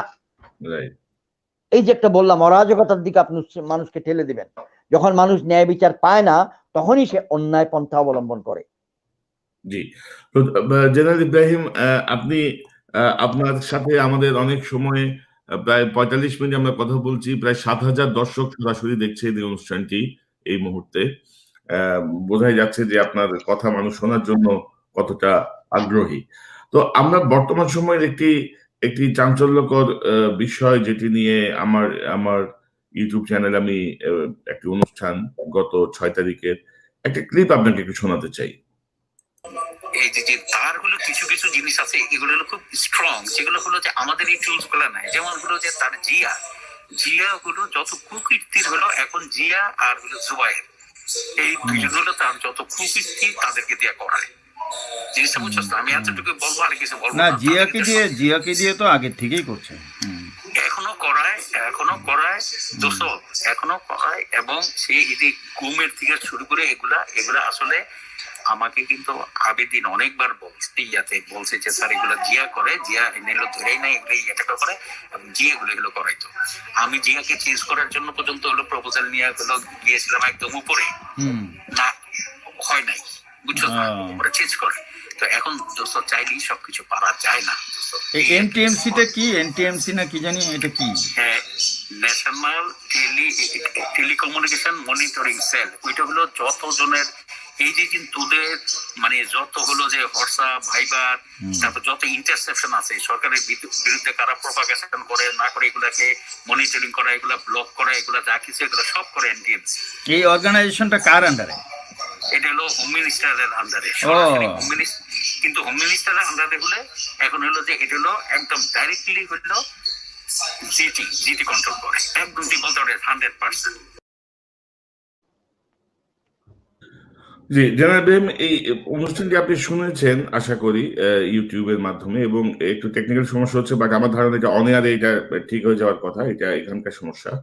তো বলা হচ্ছে যে সেনাপ্রধান তার বন্ধু কর্নেল শহীদের সঙ্গে কথোপকথনে বলছেন যে ব্রিগেডিয়ার জিয়া এবং বর্তমান এনএসআই প্রধান মেজর জেনারেল জুবাইর, তারা গুম খুন হত্যাকাণ্ডের সঙ্গে যুক্ত, এবং এটি একটি হর্সেস মাউথে এরকম একটি তথ্য, একটি ভয়ঙ্কর তথ্য, যে এবং জেনারেল আজিজ তাকে সরানোর চেষ্টা করেছিলেন, জিয়াকে তিনি পারেননি, এবং সকল কিছু নিয়ন্ত্রণ করছেন জেনারেল তারেক, প্রধানমন্ত্রীর নিরাপত্তা উপদেষ্টা। তো এই যে তথ্য বা এই যে বিষয়টি আপনি কিভাবে দেখেন একজন সাবেক মেজর জেনারেল, একজন বীর প্রতীক মুক্তিযোদ্ধা হিসেবে? আপনার ব্যাখ্যাটা একটু শুনতে চাই। এক নম্বর হলো যে টেলিফোনটা রেকর্ড করার ক্ষমতা কার কার আছে? টেলিফোন কনভারসেশন আমি যদি আপনাদেরকে 5 থেকে 6 বছর আগের একটি ঘটনা মনে করিয়ে দেই, দেশবাসীকে, সম্মানিত দেশবাসীকে, শ্রদ্ধাভাজন দেশবাসীকে, আপনারা কি কষ্ট নিবেন? ঘটনাটা হলো এই, বাংলাদেশের মাননীয় প্রধানমন্ত্রী শেখ হাসিনা টেলিফোনে কথা বলতে চাচ্ছিলেন বাংলাদেশের সম্মানিত বিরোধী দলীয় নেত্রী বেগম খালেদা জিয়ার সঙ্গে। সেই টেলিফোন কনভারসেশনটা উভয় নেত্রীর মধ্যে আলাপ শেষ হয়ে যাওয়ার কিছুক্ষণের মধ্যেই বাজারে চলে আসলো। আমি যতটুকু শুনেছি, মাননীয় প্রধানমন্ত্রী আলাপ করার সময় ওনার ঘনিষ্ঠ অ্যাডভাইজাররা সব ওনার সামনে ছিলেন, যেহেতু এটা একটা বিরাট ভীষণ গুরুত্বপূর্ণ কাজ, রাষ্ট্রীয় গুরুত্বপূর্ণ কাজ রাজনৈতিকভাবে, এটা স্বীকার করি। উনি সবাইকে উপস্থিত রেখেছেন, আমি আলাপ করছি, তোমরা শোনো কি বলছি। একজন রাজনৈতিক নেতা হিসেবে তিনি বলতেই পারেন। অপরপক্ষে আমি শুনেছি মাননীয় দেশনেত্রী বেগম খালেদা জিয়া সবাইকে বের করে দিয়েছেন, বলেছেন আমি প্রধানমন্ত্রীর সঙ্গে কথা বলবো, এখানে অন্য লোক থাকলে এ কথার নিরাপত্তা, কনফিডেন্সিয়ালিটি নষ্ট হবে। কিন্তু মাননীয় প্রধানমন্ত্রী এবং মাননীয় দেশনেত্রী বা আমি যদি আরেকটু রাজনৈতিক ভাষা ব্যবহার করি, মাননীয় জননেত্রী এবং মাননীয় দেশনেত্রী উভয়ের মধ্যকার আলাপটা আমরা নিরাপত্তা দিতে পারি নাই, এটা বাতাসে চলে এসছে দেশবাসীর কাছে। তাহলে প্রধানমন্ত্রীর থেকে এক ধাপ নিচে বা 2 ধাপ নিচে হচ্ছেন, কয়েকটা ধাপ নিচে হচ্ছে নিরাপত্তার খাতিরে তো একদমই নাম্বার 2, তারপরে প্রোটোকল একটু নিচে বাংলাদেশ সেনাবাহিনীর মাননীয় সেনাপ্রধান মহোদয় এবং কর্নেল শহীদ সাহেবের মধ্যে যে আলাপটা হলো, এটা রেকর্ড করা 3টা জায়গা আছে। একটা জায়গা সেনাপ্রধান মহোদয় যেখানে ছিলেন সেখানে, আরেকটি জায়গা কর্নেল শহীদ সাহেব যেখানে ছিলেন সেখানে, আরেকটি জায়গা রাষ্ট্রীয়ভাবে দায়িত্বপ্রাপ্ত ব্যক্তিরা। তো রাষ্ট্রীয়ভাবে দায়িত্বপ্রাপ্ত ব্যক্তিরা বিভিন্ন জায়গায় বিভিন্ন লোকের টেলিফোন টেপ করেন, আমার টেলিফোনে টেপ করে থাকতে পারেন, এবং করলে এটাকে আমি স্বাভাবিকভাবে মেনে নিব। সেই জন্য আমি টেলিফোনে অযাচিত কোনো কথা বলতে চাই না বা বলতে না বলার চেষ্টা করি। তো আমি সেজন্য কোনো ব্যক্তির নাম নিয়ে তার অপরাধটা তার কাঁধে দিতে চাই না, কিন্তু বাজারে আসার পিছনে কারো না কারো দায়িত্ব তো থাকবেই। মাননীয় সেনাপ্রধান সাহেব কি উনি রেকর্ড করে এটা বাজারে ছেড়ে দিলেন? জানেন যেখানে এটা আমার জন্য এটা বিব্রতকর কাজ হবে। অথবা কর্নেল শহীদ সাহেব রেকর্ড করে এটা বাজারে ছেড়ে দিলেন যে জেনে শুনে যে এটা আমার বন্ধুর জন্য বিব্রতকর হবে, নাকি রাষ্ট্রীয়ভাবে দায়িত্বপ্রাপ্ত কোনো সংস্থা এটা রেকর্ড করার পর বাজারে ছেড়ে দিলেন যেন উভয়ের জন্য বিব্রতকর হয়। এখন উভয়ের জন্য বিব্রতকর, সঙ্গে কিন্তু তৃতীয়, চতুর্থ, পঞ্চম ব্যক্তি বিব্রতকর হচ্ছে। আর একটু ইতিহাস আপনাদেরকে দেই। 1972 সালে জানুয়ারি মাসের 10 তারিখ বঙ্গবন্ধু শেখ মুজিবুর রহমান পাকিস্তানের কারাগার থেকে মুক্ত হয়ে লন্ডন হয়ে বাংলাদেশে এসেছিলেন। তারপর তিনি বাংলাদেশের প্রেসিডেন্ট হিসেবে, রাষ্ট্রপতি হিসেবে দায়িত্ব নিয়ে দেশ পরিচালনা শুরু করেছিলেন। ওনার একটা ক্যাবিনেট ছিল। 73 সালের মার্চ মাসে নির্বাচন হয়, পার্লামেন্ট নির্বাচন, তখন তিনি প্রধানমন্ত্রী হয়ে যান, আবার ক্যাবিনেট হয়। বাংলাদেশের ইতিহাসে আমার জানা মতে বা আমার স্মরণশক্তি মতে প্রতিরক্ষা মন্ত্রণালয়ের দায়িত্বে সেপারেট কোনো মন্ত্রী এই 49 বছর হয় নাই। বঙ্গবন্ধুর আমলে মাত্র 1.5 বছর 2 বছরের জন্য, 2.5 বছরের জন্য প্রফেসর নুরুল ইসলাম নামক একজন ব্যক্তি মহোদয় প্রতিরক্ষা মন্ত্রণালয়ের জন্য প্রতিমন্ত্রী হয়েছিলেন। কেন? বাংলাদেশ সরকার প্রধানগণ বা বাংলাদেশ রাষ্ট্রপ্রধানগণ, প্রেসিডেন্সিয়াল পদ্ধতিতে যিনি সরকার প্রধান তিনি তো রাষ্ট্রপ্রধান, তারা কখনোই প্রতিরক্ষা মন্ত্রণালয়টাকে অন্য কারো দায়িত্বে দেওয়া নিরাপদ মনে করে নাই, যে সে যদি আবার কোনো কিছু করে ফেলায়। এখন বাংলাদেশের বর্তমান সরকার প্রধান মহোদয়া মাননীয় প্রধানমন্ত্রী তিনি একজন নিরাপত্তা উপদেষ্টা নিয়োগ করেছেন। এখন নিরাপত্তা উপদেষ্টা হেনরি কিসিঙ্গারও নিরাপত্তা উপদেষ্টা আমেরিকান সিস্টেমে, ন্যাশনাল সিকিউরিটি অ্যাডভাইজার। আবার ইন্ডিয়াতেও নিরাপত্তা উপদেষ্টা আছে। আমাদের এখানে নিরাপত্তা উপদেষ্টার কাজটা কি? আমি যতটুকু শুনেছি, আমাদের এখানে নিরাপত্তা উপদেষ্টা মহোদয় প্রধানমন্ত্রী এবং বাহিনী প্রধানদের মাঝখানে একটি কাগজে কলমে অলংকারিক পদ, বাস্তবে একটি নির্বাহী পদ। অর্থাৎ বাহিনী প্রধানগণ আমি শুনেছি যে নিরাপত্তা উপদেষ্টা ব্যতীত আগায় যেতে পারে না। তাহলে মাননীয় প্রধানমন্ত্রী এমন একজন ব্যক্তিকে নিয়োগ দিয়ে রেখেছেন যে আমি সময় দিতে না পারলেও তুমি জিনিসটা ম্যানেজ করো। এবং 10 জন ব্যক্তি সবাই জানে পারিবারিক সম্পর্ক কোনো অপরাধ নয়, কিন্তু মানুষ তো জানেই যে বর্তমানে বাংলাদেশ সরকারের নিরাপত্তা উপদেষ্টা মহোদয় যিনি আছেন তিনি মাননীয় প্রধানমন্ত্রীর পারিবারিক আত্মীয়, তার আপন ছোট বোনের দেবর, এবং তিনি একজন অবসরপ্রাপ্ত কর্মকর্তা মেজর জেনারেল র্যাঙ্কের, যথেষ্ট সিনিয়র, আমাদের থেকে 5 বছর বা 6 বছরের ছোট মাত্র, এবং তিনি আজ 11-12 বছর ধরে একই পদে আছেন। তাহলে মাননীয় প্রধানমন্ত্রী এবং তার মধ্যে গভীর সম্পর্ক আছে, এবং মাননীয় প্রধানমন্ত্রীকে ওনার সকল কর্মকাণ্ডের দায়িত্বটা নিতে হবে, কারণ আপনি তো তাকে নিযুক্তি দিয়েছেন। কিসিঙ্গারের দায়িত্ব মাননীয় প্রধানমন্ত্রীকে প্রেসিডেন্টকে নিতে হয়েছে। জন বোল্টন যা কিছু লিখেছে তার বইয়ে ট্রাম্পের বিরুদ্ধে, জন বোল্টন তার নিরাপত্তা উপদেষ্টা 1.5 বছর ছিল, তিনি বই লিখেছেন, সেই বই আমি পড়ে ফেলছি ইতিমধ্যেই। তার দায়িত্ব তো প্রেসিডেন্টকে নিতে হবে। এই জন্যই তো ডোনাল্ড ট্রাম্প চাইছে এই বই যেন প্রকাশ না হয়। আমি বলতে চাচ্ছি যে এই টেলিফোন আলাপের মধ্য দিয়ে আমি খুব ব্যথিত, খুবই ব্যথিত যে আমাদের দেশের টেলিকমিউনিকেশন সেক্টরটা এতই অনিরাপদ যে একজন সেনা প্রধানমন্ত্রীর এবং বিরোধী দলীয় নেত্রীর আলাপকে আমরা নিরাপত্তা দিতে পারছি না। তাহলে কে কার সঙ্গে কথা বলবে? কেউ বলতে ভয় পাবে অথবা বেপরোয়াভাবে বলবে। আর এখানে যে বিষয়গুলো উল্লেখ করা হয়েছে সেই বিষয়গুলো যেটার দিকে ইঙ্গিত দিচ্ছে সেটা হচ্ছে আভ্যন্তরীণ মতের পার্থক্য। আভ্যন্তরীণ মতের পার্থক্য। সামরিক বাহিনী সমূহ চলে চেইন অফ কমান্ডে, সেই চেইন অফ কমান্ডে কিন্তু সংবিধান মোতাবেক নিরাপত্তা উপদেষ্টার কোনো স্থান নাই, কিন্তু সংবিধানের বাইরে প্রশাসনিক পদ্ধতিতে নিরাপত্তার উপদেষ্টার স্থান আছে, স্থান করে দেওয়া হয়েছে। যেমন বর্তমান সরকার প্রধান মহোদয়া, মাননীয় প্রধানমন্ত্রী, আরো উপদেষ্টা আছে, foreign policy adviser Gowher Rizvi মহোদয়, ফৌজদার কলেজের সাবেক কৃতি ছাত্র, যদিও অ্যাডভাইজার হিসেবে আমরা অনেকেই তাকে কৃতি মনে করছি না, আমি মনে করতে তো কোনো মতেই প্রস্তুত নই।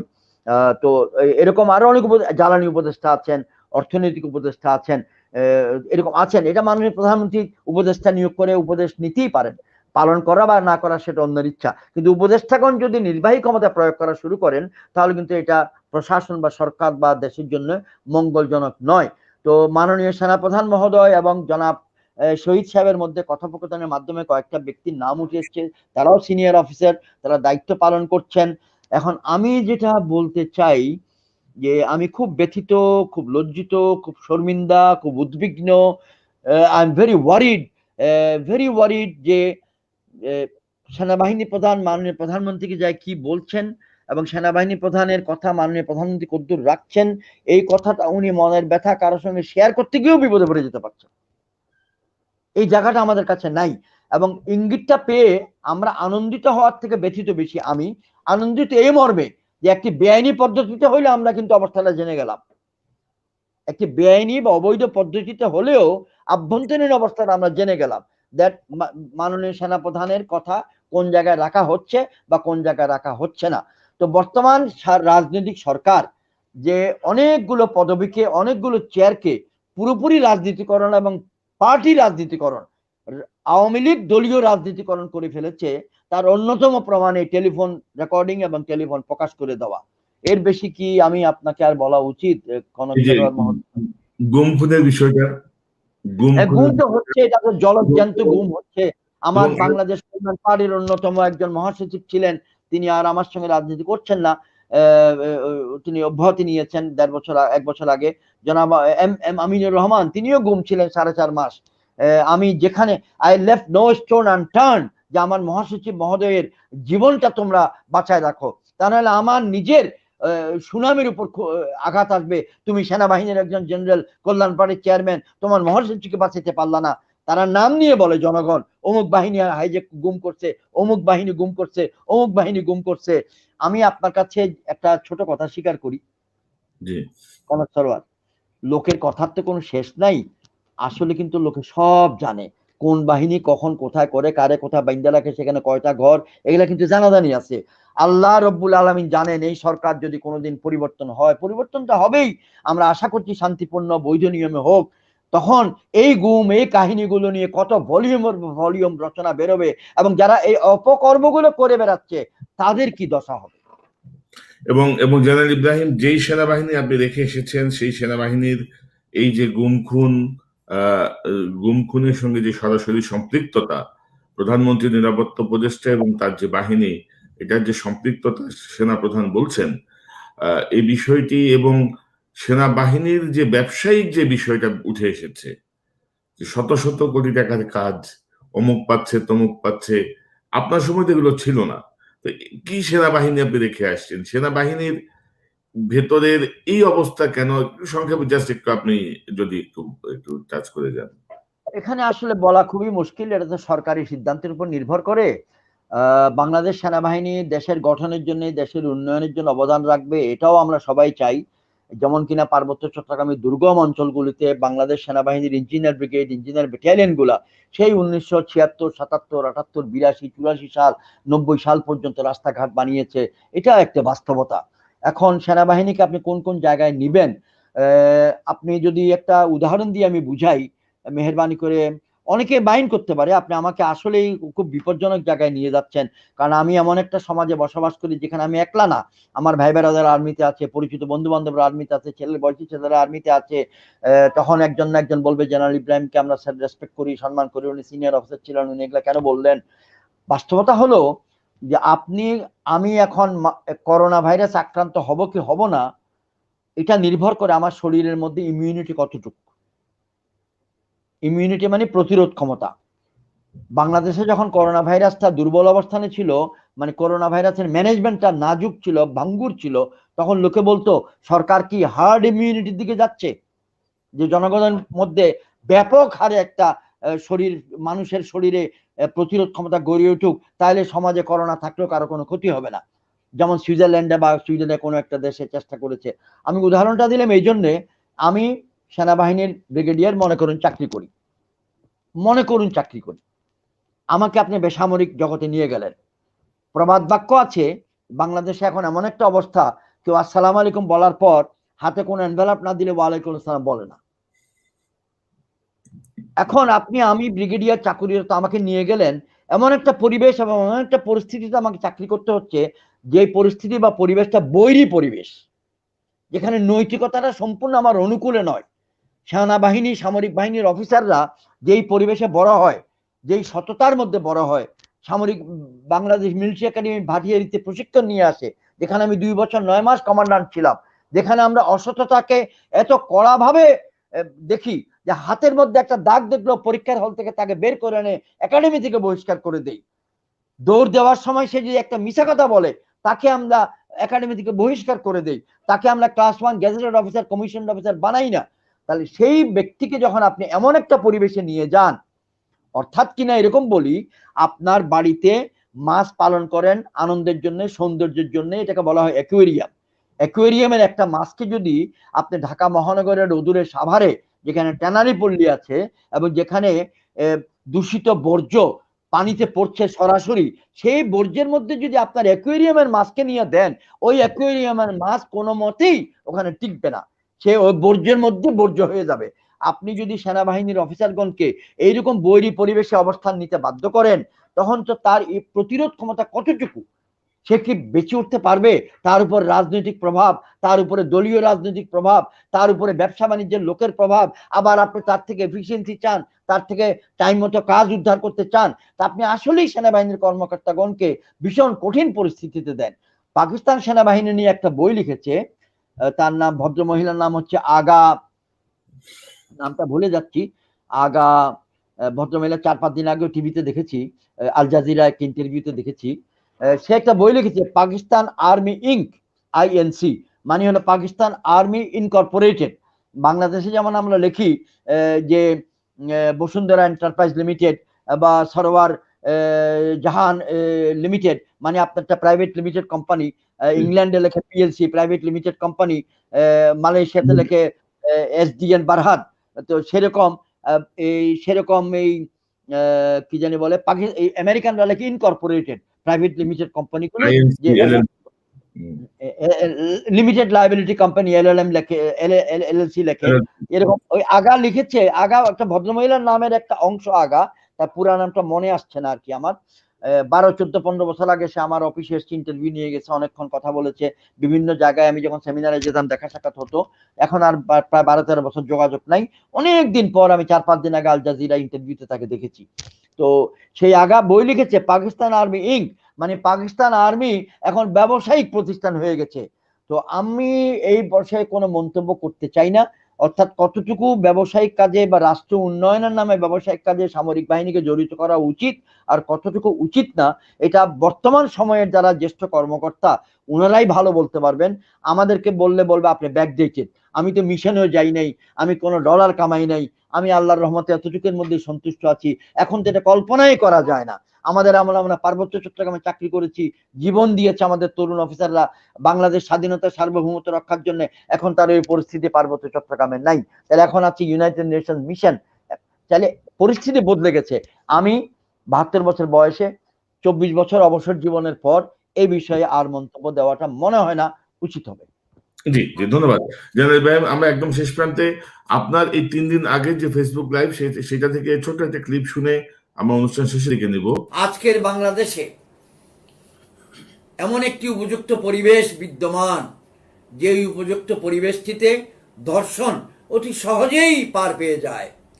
ধর্ষকের উৎপাদন আমাদের সমাজ অবাধে করে যাচ্ছে। তার সঙ্গে দায়ী বর্তমান বাংলাদেশের রাজনৈতিক ব্যবস্থা, রাজনৈতিক সরকারের জবাবহীনতা। আমি এখানে কোনো রাজনৈতিক দলের নাম নিচ্ছি না, কোনো ছাত্র সংগঠনের নাম নিচ্ছি না, কোনো বাহিনীর নাম নিচ্ছি না। আমি যদি বলতে চাই, 71-এর রণাঙ্গনের একজন মুক্তিযোদ্ধা বীর প্রতীক ইব্রাহিম আপনাদের সামনে সাক্ষী দিচ্ছি যে এটা মুক্তিযুদ্ধের আদি এবং অকৃত্রিম চেতনার সঙ্গে কোনো মতেই সঙ্গতিপূর্ণ নয়। তো আমরা একটু সংক্ষেপ করে দিলাম যে এই যে প্রথম অংশ নিয়ে আমরা আলোচনা করেছি, এই যে জবাবহীনতা, জবাবদিহিতার যে অভাব, গণতন্ত্র তো নাই আমাদের, মধ্যরাতের ভোটের নির্বাচনের গতি দখল করে বসা, তো আমরা বের হব কি করে? মানুষের তো নাভিশ্বাস, মানুষ তো আসলে গণমাধ্যমের টুটি চেপে রাখা হয়েছে, এবং আমরা যারা বিদেশ থেকে বাংলাদেশে সাংবাদিকতা করতে যে যারা বিপদগ্রস্ত হয়ে বিদেশে জীবন বাঁচাতে চলে এসেছি, তাদের প্রতিও তাদের ক্ষোভের শেষ নাই। ওই দিনও ডিজিটাল একটা মামলা করেছে আমার নামে। তো মানুষের মুক্তি কিভাবে? একজন রাজনৈতিক নেতা হিসেবে, একজন মুক্তিযোদ্ধা হিসেবে, একজন শীর্ষ সেনা কর্মকর্তা হিসেবে খুব সংক্ষেপে জানতে চাই। খুব সংক্ষেপে বলা যাবে না, আপনি এটা প্রত্যাহার করেন। আচ্ছা, আপনি বলেন। তো সেটা হলো যে একটা গল্প না বললে হবে না, জি। খুব সংক্ষেপের গল্প। 1988 সালের মে মাসের 5 তারিখ তৎকালীন মহামান্য রাষ্ট্রপতি হোসেন মোহাম্মদ এরশাদ, সেনাবাহিনী প্রধান লেফটেন্যান্ট জেনারেল আতিকুর রহমান এবং চট্টগ্রাম ডিভিশনের GOC major general Abdul Salam Khagrachari brigade কমান্ডারের অপারেশন রুমে উপস্থিত ছিলেন।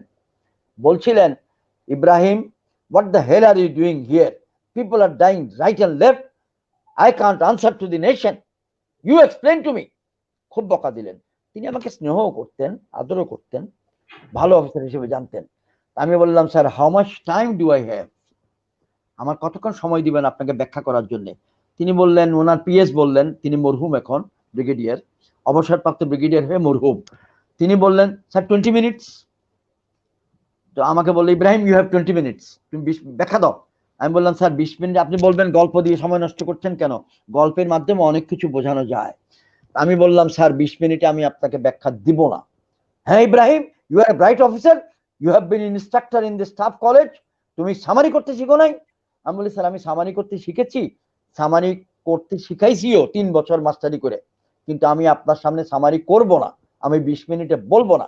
তুমি কি প্রেসিডেন্টের আদেশ অমান্য করছো? আমি বলি, জি না স্যার, আমি মহামান্য রাষ্ট্রপতিকে অনুরোধ করছি ওনার আদেশটিকে রিভাইজ করার জন্য। তুমি কি চাও? আমি বলছি, আমি 2 ঘন্টা সময় চাই। তিনি পিএস এর সঙ্গে কনসাল্ট করে বললেন, আমাদের তো আরেকটা ফাংশন আছে। কি ফাংশন স্যার? টঙ্গী ব্রিজ উদ্বোধন। যারা ঢাকা মহানগর আর উত্তরা টঙ্গী চেনে, সেখানে 2টা ব্রিজ আছে, একটা পুরান একটা নতুন। নতুনটার উদ্বোধন ছিল মে মাসের 5 তারিখ বিকালবেলা 1988 সাল। আমি বললাম, স্যার আপনি মহামান্য প্রেসিডেন্ট যদি ওই ব্রিজ উদ্বোধন না করেন, তারপরেও ওই ব্রিজের উপর দিয়ে গাড়ি চলতে কোনো টায়ারের ক্ষতি হবে না, টায়ার বাস্ট হবে না, কিন্তু আপনি মহামান্য রাষ্ট্রপতি আজকে খাগড়াছড়িতে আমার এই ব্রিফিংটা না শোনেন, বাংলাদেশের ক্ষতি হবে। তিনি আমার বকা টকা দিয়ে বললেন, ওকে, তোমাকে 2 ঘন্টা সময় দিলাম। 2 ঘন্টা শোনার পরে তিনি বললেন, ও মাই গড, আমি তো এত কিছু জানতাম না। একটু দুষ্ট প্রকৃতির ছিলাম সারা জীবনই, তাই আমি বললাম, স্যার ও মাই গড তার আমি বলতে পারবো না, কিন্তু আপনি যে এত কিছু জানতেন না এর একমাত্র কারণ আপনি খালি সামারি শুনতে চান, আপনি ব্যাখ্যা কোনোদিন কারোর কাছ থেকে বিস্তারিত শোনেন নাই। আজকে 2 ঘন্টা সময় দিয়েছেন, আপনি এগুলা জানলেন, এবং জানার কারণেই আসলে দেশবাসীর নিকট সাক্ষী দিচ্ছি তিনি এত আন্তরিক হলেন যে পার্বত্য চট্টগ্রামে শান্তির প্রক্রিয়াটা শুরু করো, এবং তিনি অনেক চেষ্টা করলেন। ঠিক একই কারণে আপনাকে ব্যাখ্যাটা দিতে চাচ্ছি যে ধর্ষণের যে ক্লিপটা আপনি দেখালেন, জাতি কোন দিকে যাবে, মানুষের তো নাভিশ্বাস। এটা হঠাৎ করে একজনের পক্ষে সম্ভব না। করোনার কারণে আমি একটু উপকার পেয়েছি, যেহেতু ঘরে এবং অফিসেই থাকতাম, একই বিল্ডিং এ আমি বসি এবং বসবাস করি, ভাড়াটিয়া বিল্ডিং। তো সেখানে অনেক লোক যোগাযোগ করেছে, আমার প্রতি আগ্রহ দেখিয়েছে, কল্যাণ পার্টির প্রতি আগ্রহ দেখিয়েছে। তারা স্বচ্ছ নেতৃত্ব চায়, তারা অভিজ্ঞতা সম্পন্ন ব্যক্তি চায়, যাদের উপর আস্থা রাখতে পারবে মানুষ। কারণ এই 50 বছরে অনেককে তারা পরীক্ষা করেছে, দলকেও পরীক্ষা করেছে। কল্যাণ পার্টির ছোট দল, আমাকে অনেক লোক আহ্বান জানিয়েছে, আপনার ছোট দল দিয়ে আপনি অনেক কিছু করতে পারবেন না, আরো অনেকের সঙ্গে মিলে ভালো মানুষ নিয়ে কিছু করতে পারেন কিনা চেষ্টা করেন, আপনার উপর আমার আস্থা আছে। আপনাকে এখন বলতে চাচ্ছি, আজ ইজিপ্টে 1969 যেরকম আন্দোলন হয়েছে, সেই আন্দোলন আজকে সম্ভব না, ডিফিকাল্ট। কারণ সেই সময় সবচেয়ে বড় মারাত্মক অস্ত্র ছিল একটা চাকু, আজকে তো সবচেয়ে মারাত্মক অস্ত্র বন্দুকের গুলি। তাহলে আমাদেরকে পরিবর্তিত পরিস্থিতিতে মানুষকে জাগ্রত করতে হলে আমি বলবো, আমরা যারা ভদ্রলোক বলে পরিচিত, সুশীল সমাজ বা সাধারণ নাগরিক, আমাদের মধ্যে চিন্তার একটা ঐক্য আনতে হবে। 2, একটা জায়গায় কোনো কমতি নেই, এটার কোনো রিপ্লেসমেন্ট বা বিকল্প নাই, সেটা হলো আপনাকে রাজপথে যেতে হবে। এখন রাজপথে 72 বছর বয়স্ক ব্যক্তিরা কতটুকু যেতে পারবে, আর 22 বছর বয়স্ক তরুণরা কতটুকু যেতে পারবে, এই ব্যালেন্সটা আমাদের দরকার। তাই আমি তরুণদেরকে বলেছি যে আমি তোমাদেরকে সমর্থন দিচ্ছি, কল্পনা করো আমি তোমাদের পাশে আছি। আমি টাকা দিতে পারছি না। হোসেন মোহাম্মদ এরশাদ সাহেব 2013 সালের মে মাসের 5 তারিখে দিনের বেলা হেফাজত ইসলামের সম্মেলনে পানি বিতরণ করেছিলেন। আমি ইব্রাহিম আজকে ভিপি নূরের আন্দোলনে তরুণ সম্প্রদায়কে পানি দিতে পারছি না, কিন্তু নৈতিকভাবে তাদের পাশে আছি। আমরা এখান থেকে পরিত্রাণের আরেকটা উপায় আছে, আপনাদেরকে বলতে চাই। আমাদের এই সকল দুরবস্থার জন্য শুধুমাত্র আমাদের বর্তমান রাজনৈতিক সরকার দায়ী নয়, আমাদের মধ্যে যারা জ্যেষ্ঠ ব্যক্তি বিভিন্ন সার্ভিসে, বিভিন্ন দপ্তরে, বেসামরিক বা সামরিক আছি, আমাদের মধ্যে দেশের মঙ্গল, জাতীয়তাবাদের চিন্তা, প্যাট্রিয়টিজমটাকে একটু পুনরায় জাগ্রত করতে হবে। একটা জাতির ব্রেনকে যখন খায় ফেলে, সেই জাতিকে আর ফিজিক্যালি দখল করতে হয় না। আপনারা মেহেরবানি করে খেয়াল করুন, আমাদের প্রতিবেশী রাষ্ট্র আমাদের উপরে কি জবরদস্তি করছে কি করে নাই? কালকেই হয়তো আমার নামে অপবাদ দিবে যে বীর প্রতীক ইব্রাহিম স্থলন হয়েছে, ভারতের বিরুদ্ধে কিছু বললেই আপনার একদল লোক ভীষণভাবে কেঁপে যায়। আপনাকে এটা প্রশ্ন করেন নাই, কিন্তু আমি বলতে বাধ্য। আপনি কেন ভুলে যাচ্ছি, আমরা কেন ভুলে যাচ্ছি এখন থেকে 5 বছর আগে বা 6 বছর, 6.5 বছর আগে ভারতীয় পররাষ্ট্র মন্ত্রণালয়ের সচিব মহোদয়া, ভদ্র মহিলা, বাংলাদেশে এসেছিলেন। এসে বাংলাদেশ জাতীয় পার্টির চেয়ারম্যান হোসেন মোহাম্মদ এরশাদ মহোদয়ের সঙ্গে বৈঠক করেছিলেন। হোসেন মোহাম্মদ এরশাদ মহোদয় যদি টেলিভিশনের মাধ্যমে জাতিকে না জানাতেন, তাহলে আমরা কোনোদিন জানতাম না এটা হয়েছে। কি হয়েছিল? তিনি বাধ্য করেছেন, আপনি রাজনীতিতে আসতে, আপনি ইলেকশনে যেতে হবে। তাহলে এটা কি বাইরের একটি রাষ্ট্রের পক্ষ থেকে আমাদের রাষ্ট্রে আভ্যন্তরীণ বিষয়ে নাক গলানো নয়? এখন থেকে 1 মাস আগে বা কিছুদিন আগে ভারতীয় পররাষ্ট্র মহোদয়, আবার সচিব মহোদয় এসেছেন, কিন্তু এবারের সচিব মহোদয়ের রিসেপশন ঠান্ডা, শীতল, কুল। অথচ 6.5 বছর, 7 বছর আগে ওয়ার্ম, হট, বয়লিং। মাঝখানে কিন্তু বাংলাদেশের 12টা বেজে গেল। যা দেওয়ার ছিল দিয়ে দিয়েছেন। তাই আমি বলতে চাই, এইটা একটা রাবার ব্যান্ড আমি দেখাচ্ছি, যদি দেখা যায় আর কি টিভির ক্যামেরা, যদি রাবার ব্যান্ড, এটা রাবার ব্যান্ড, এটা টাকার বান্ডিল বাঁধে ব্যাংকে গেলে, আর অনেকে চুল বাঁধে, অনেকে হাতের মধ্যে রাখে, যে কোনো কিছু বাঁধার জন্য আর কি। এটাকে যদি আমরা টানি, এটি ইলাস্টিক, এটি ইলাস্টিক, যেমন পায়ের মৌজায় থাকে ইলাস্টিক, আন্ডারওয়্যারে থাকে এরকম ইলাস্টিক, বা ভদ্র মহিলাদের চুল বাঁধার জন্য যে হেয়ার ব্যান্ড থাকে সেই ইলাস্টিক। এই ইলাস্টিকের যদি আমি টানতে থাকি, তাহলে একটা পর্যায়ে গিয়ে কিন্তু ইলাস্টিকটা ছিঁড়ে যেতে বাধ্য। এটা ছিঁড়ে যেতে বাধ্য, এখন ছিঁড়ে গিয়েছে। বাংলাদেশ এবং ভারতের সম্পর্কের মধ্যে মৌলিক বিষয় হলো 1971 সালে আমাদের মুক্তিযুদ্ধের জন্য আমরা জাতি হিসেবে এবং দেশ হিসেবে তাদের প্রতি কৃতজ্ঞতা প্রকাশ করব, কৃতজ্ঞতা প্রকাশ করেই যাচ্ছি। কিন্তু এই কৃতজ্ঞতার একটা সীমারেখা যদি আমরা না রাখি, তাহলে এরকম টান পড়ে এটা ছিঁড়ে যাবে। কি কারণে মাননীয় প্রধানমন্ত্রী শেখ হাসিনা গত 1 বছর যাবৎ ভারতের সঙ্গে শীতলতা দেখাচ্ছেন, নাকি এটা পরিকল্পিত শীতলতা, আমি তাও জানি না। কিন্তু বলতে চাচ্ছি, আমাদের দেশের বর্তমানে এই অবস্থার জন্য আমরা অন্যের রাজধানীর উপরে, অন্য আরেকটি রাজধানীর উপরে যে বেশি নির্ভরশীল, সেটা কিন্তু প্রকাশিত হয়ে যাচ্ছে। আমাদের দেশের মানুষ কেন ঘুরে দাঁড়াতে পারছে না? অসহায়ত্ব। গুলির মুখে দাঁড়ানোর জন্য একদল মানে আপনি জীবন দিতে প্রস্তুত বলে খালি গায়ে যেতে হবে। যেমন নূর হোসেন 1984 সালে দাঁড়িয়েছিল, গণতন্ত্র মুক্তি পাক, সাদা কালি দিয়ে তার বুকে এবং পিঠে লিখেছিল এবং সে গুলি ফেস করেছিল। এইরকম তো আমি সৈয়দ মোহাম্মদ ইব্রাহিম ফেস করতে রাজি না। তাহলে কে রাজি আছে আমি তো জানি না। এবং এটা ছাড়া আর কি পন্থা আছে? আমরা যদি 10 জন লোক বসি যে আমরা এই গণতন্ত্রহীন সমাজ থেকে, এই নিষ্ঠুর অত্যাচারের সামাজিক অবস্থা থেকে কেমনে বের হতে পারি শান্তিপূর্ণভাবে, এটা রাস্তা বের করি। আমি সেজন্য আমার ভিডিও বার্তায়, আমার ব্যক্তিগত উদ্যোগে এবং আজও বলছি তরুণ সম্প্রদায়ের ছেলেদেরকে, মেয়েদেরকে, ভাই বোনদেরকে যে আমরা শান্তিপূর্ণ থাকতে চাই। তোমাদের ঘাড়ে অপবাদ দিবে, উর্দু ভাষা বা হিন্দি ভাষা বলে এলজাম দিবে যে তোমরা এখানে মারামারি করছো, তোমরা এখানে নাশকতামূলক কাজ করছো, অথচ তোমাদের এখানে যে গ্রেনেড ফুটাই দিবে বা বিস্ফোরক ঘটাই দিবে বা বাজি ফুটাইয়া আওয়াজ দিয়ে বলবে যে এখানে এরকম হচ্ছে, এবং তোমাদের এখানে লিফলেট ছড়াবে সরকারি পক্ষ থেকে যে তোমরা রাষ্ট্রবিরোধী কথাবার্তা দিয়ে লিফলেট ছড়াবে তোমাদের নাম দিয়ে। সাবধান থাকা ভালো। তোমাদের কণ্ঠকে নকল করে ইউটিউবের মধ্যে ছেড়ে দিবে, তোমাদের কণ্ঠকে নকল করে অশ্লীলতা ছড়িয়ে দিবে। সেই জন্য আমরা সাবধান থাকতে চাই। এই তরুণ সম্প্রদায় আর কত করবে? তারা তো 4-5টা ঘটনা নিয়ে এই দেশকে জাগ্রত করতে চেষ্টা করেছে, কিন্তু আমরা এতই সহ্য, মানে এতই কি বলবো যে এতই রেজিলিয়েন্ট হয়ে গেছি যে কোনো কিছুতেই আমরা বিদ্রোহ করতে পারছি না। এখন আজকে 2020 সালে এসে আমি কোনো মতেই বলতে পারছি না যে 1931 সালের মাস্টারদা সূর্য সেনের মতো আমরা প্রতিক্রিয়া দেখাবো। আমি কোনো মতেই বলতে পারছি না 1971 সালের মার্চ মাসের 19 তারিখের মতো দ্বিতীয় ইস্ট বেঙ্গল রেজিমেন্ট জয়দেবপুরের মাঠে যা করেছিল তা দেখাবো। এটা সম্ভব নয়, এটা বলাও সম্ভব না, করাও সম্ভব না। তাহলে আর কি নিয়ম আছে? এটা আমি বাংলাদেশের মাননীয় প্রধানমন্ত্রী, রাজনৈতিক সরকারকে আহ্বান করব চিন্তা করতে যে কতটুকু পর্যন্ত আপনি যদি টানেন এই ব্যবস্থা টিকবে।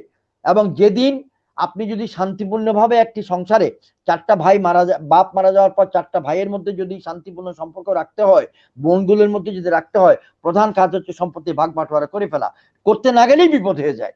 আমি সেজন্য বলছি মাননীয় সরকার প্রধান, মাননীয় প্রধানমন্ত্রী শেখ হাসিনা, আপনার উপরে এখনো অনেকের একটা আস্থা আছে, আমিও আস্থা রাখতে চাই। সম্পূর্ণ ব্যবস্থার উপর যদি আস্থাহীনতা হয়ে যায় তাহলে আমরা বাঁচবো না। আপনি চিন্তা করুন, মেহরবানি করে চিন্তা করুন যে আমরা কতটুকু অবনতির দিকে গিয়েছি। শুধু ভৌত কাঠামোমূলক উন্নতি দিয়ে একটা দেশ বাঁচে না, রাস্তাঘাট এরোপ্লেন দিয়ে দেশ বাঁচে না। নৈতিকতা, মনের শান্তি একটি বড় উপাদান, সেটা আমাদের দেশে এই মুহূর্তে অ্যাবসেন্ট। এটা ফেরত আনার জন্য বিএনপিতে রাজপথে নাই, 20 দলীয় জোট রাজপথে নাই, তাহলে আপনি কাকে এখন দোষ দিবেন? জামাত ইসলামী রাজপথে নাই, কাকে দোষ দিবেন? কনক সরোয়ার? ইউটিউব তো 1969 ছিল না, ইউটিউব তো 75 ছিল না। তাহলে 2020 সালে টেকনোলজি, সামাজিক ব্যবস্থা সবকিছু মিলিয়ে আপনাকে এমন একটা আন্দোলন গড়ে তুলতে হবে যার মাধ্যমে আপনি রাজনৈতিক সরকারকে বাধ্য করতে পারেন যে তুমি আগামী নির্বাচন সুষ্ঠু করবা। যদি সুষ্ঠু না করো তার পরিণতি এই হতে পারে। এখন মনে করুন মাননীয় প্রধানমন্ত্রী সেনাবাহিনীর প্রমোশন বোর্ডে, বেসামরিক ব্যক্তিদের প্রমোশন বোর্ডে বলেন মুক্তিযুদ্ধের চেতনায় বিশ্বাসীদেরকে প্রমোশন দিতে হবে। ভালো, তাহলে 2020 সালেও কি বাংলাদেশে এমন ব্যক্তি আছে যারা মুক্তিযুদ্ধের চেতনায় বিশ্বাস করে না, বাংলাদেশের স্বাধীনতায় বিশ্বাস করে না? এমন ব্যক্তি কি আছে? তাহলে তো তার বাংলাদেশে বেঁচে থাকারই অধিকার নাই। আপনি মুক্তিযুদ্ধে বিশ্বাস করবেন না, আপনি বাংলাদেশে বিশ্বাস করবেন না, আপনি সেনাবাহিনীতে চাকরি করবেন, আপনি জয়েন্ট সেক্রেটারি থেকে এডিশনাল সেক্রেটারি হতে চাইবেন, আপনি পুলিশের ডিআইজি থেকে এডিশনাল ইন্সপেক্টর জেনারেল হতে চাবেন, এটা কেমনে সম্ভব? তাহলে কতগুলো শব্দ চয়নেও আমাদেরকে সাবধানতা অবলম্বন করা উচিত বলে আমি ব্যক্তিগতভাবে মনে করি। আর আপনার একদম শেষ করতে চাই, বাংলাদেশের রাজনৈতিক অঙ্গনে যারা আছেন আমাদেরকেও একত্রিত হতে হবে, অতীতের ভুলগুলির আত্মসমালোচনা করতে হবে, কোন কাজটি আমাদের পরিহার করা উচিত ছিল, কোন কাজটি শত্রুর হাতে একটি প্রয়োজনীয় অস্ত্র তুলে দিলেছিল প্রতিপক্ষের হাতে, সেটা আমাদের বিবেচনা করতে হবে। এবং আগামী দিনে এই যে অভিযোগ অমুক রাজনৈতিক নেতা সরকারের সঙ্গে হাত মিলাইছে, অমুক দল সরকারের সঙ্গে হাত মিলাইছে, এই যে অভিযোগের যে একটা প্রবণতা, সেইটাকেও লাগাম টেনে ধরতে হবে। আমি আবেদন করব যতক্ষণ পর্যন্ত আমাদের দ্বারা সম্ভব ততক্ষণ আমরা চেষ্টা করব গণতন্ত্র ফিরিয়ে আনতে, নৈতিকতা ফিরিয়ে আনতে, দেশের স্বাধীনতা সার্বভৌমত্ব রক্ষা করতে। আমাদের উপরে এটা অতিরিক্ত একটা বার্ডেন, আমাদের বলতে আমরা যারা মুক্তিযুদ্ধ করেছিলাম তার মধ্যে আরো ক্ষুদ্রাতি ক্ষুদ্র অংশ যারা সোচ্চার, যারা কথা বলি, কনক, আপনি জানেন আমার বিরুদ্ধে অভিযোগ আছে, আপনার বিরুদ্ধে তো প্রচন্ড অভিযোগ। আপনি কিন্তু অস্থিতিশীল পরিবেশ সৃষ্টি করতে চাচ্ছেন, আপনি উস্কানিমূলক পরিস্থিতি সৃষ্টি করতে চাচ্ছেন, আপনি উস্কানিমূলক কথাবার্তা মানুষের মুখ থেকে বের করতে চাচ্ছেন। আমার বিরুদ্ধে অভিযোগ, উনি একজন জেনারেল, উনি একজন বয়স্ক ব্যক্তি, উনি কেন এত টক শোতে যায়, কেন এইসব কথা বলে। আমি না বললেই তো ভালো, তার মানুষ কথাগুলো জানে না, কেউ কাউকে বলবে না। 1997 সালে প্রথম কলাম লেখা শুরু করি প্রথম আলোতে, আজও লিখে যাচ্ছি। আমার আগে মাত্র ব্রিগেডিয়ার শামসুদ্দিন হঠাৎ লিখতেন, ব্রিগেডিয়ার হাফিজউদ্দিন হঠাৎ লিখতেন, তৃতীয় ব্যক্তি আমি নিবিড় ভাবে লেখা শুরু করি। আজকে আল্লাহর রহমতে অন্তত 15-20 জন সেনাবাহিনীর কর্মকর্তা নিয়মিত ভাবে কলম লেখেন। আমি প্রথম ব্যক্তি যে স্যাটেলাইট টেলিভিশনে টক শোতে আসি 2002 সালে ইরাক আক্রমণের সময় মানব জমিন পত্রিকার সম্পাদক মতিউর রহমান চৌধুরীর আমন্ত্রণে ইরাক যুদ্ধের বিশ্লেষণ দেওয়ার জন্য আমি এটিএন বাংলায় যেতাম। তিনি বলতেন, আপনাকে আমি কি বিশ্লেষণ দিয়ে পরিচয় করাই দিব? উনি আবিষ্কার করে বললেন নিরাপত্তা বিশ্লেষক। আল্লাহর রহমতে এখন নিরাপত্তা বিশ্লেষক যথেষ্ট আছে বাংলাদেশে, কার্যকর বা অকার্যকর যতটাই হোক। অর্থাৎ একটা পথ দেখিয়েছি যে সেনাবাহিনীর কর্মকর্তা হলেই অবসর জীবনে আপনাকে বসে থাকতে হবে চুপ করে, সেটা না। বেশিরভাগ অবসরপ্রাপ্ত কর্মকর্তা জীবিকার সঙ্গে সংগ্রাম করছে, জীবন ধারণের সঙ্গে সংগ্রাম করছে।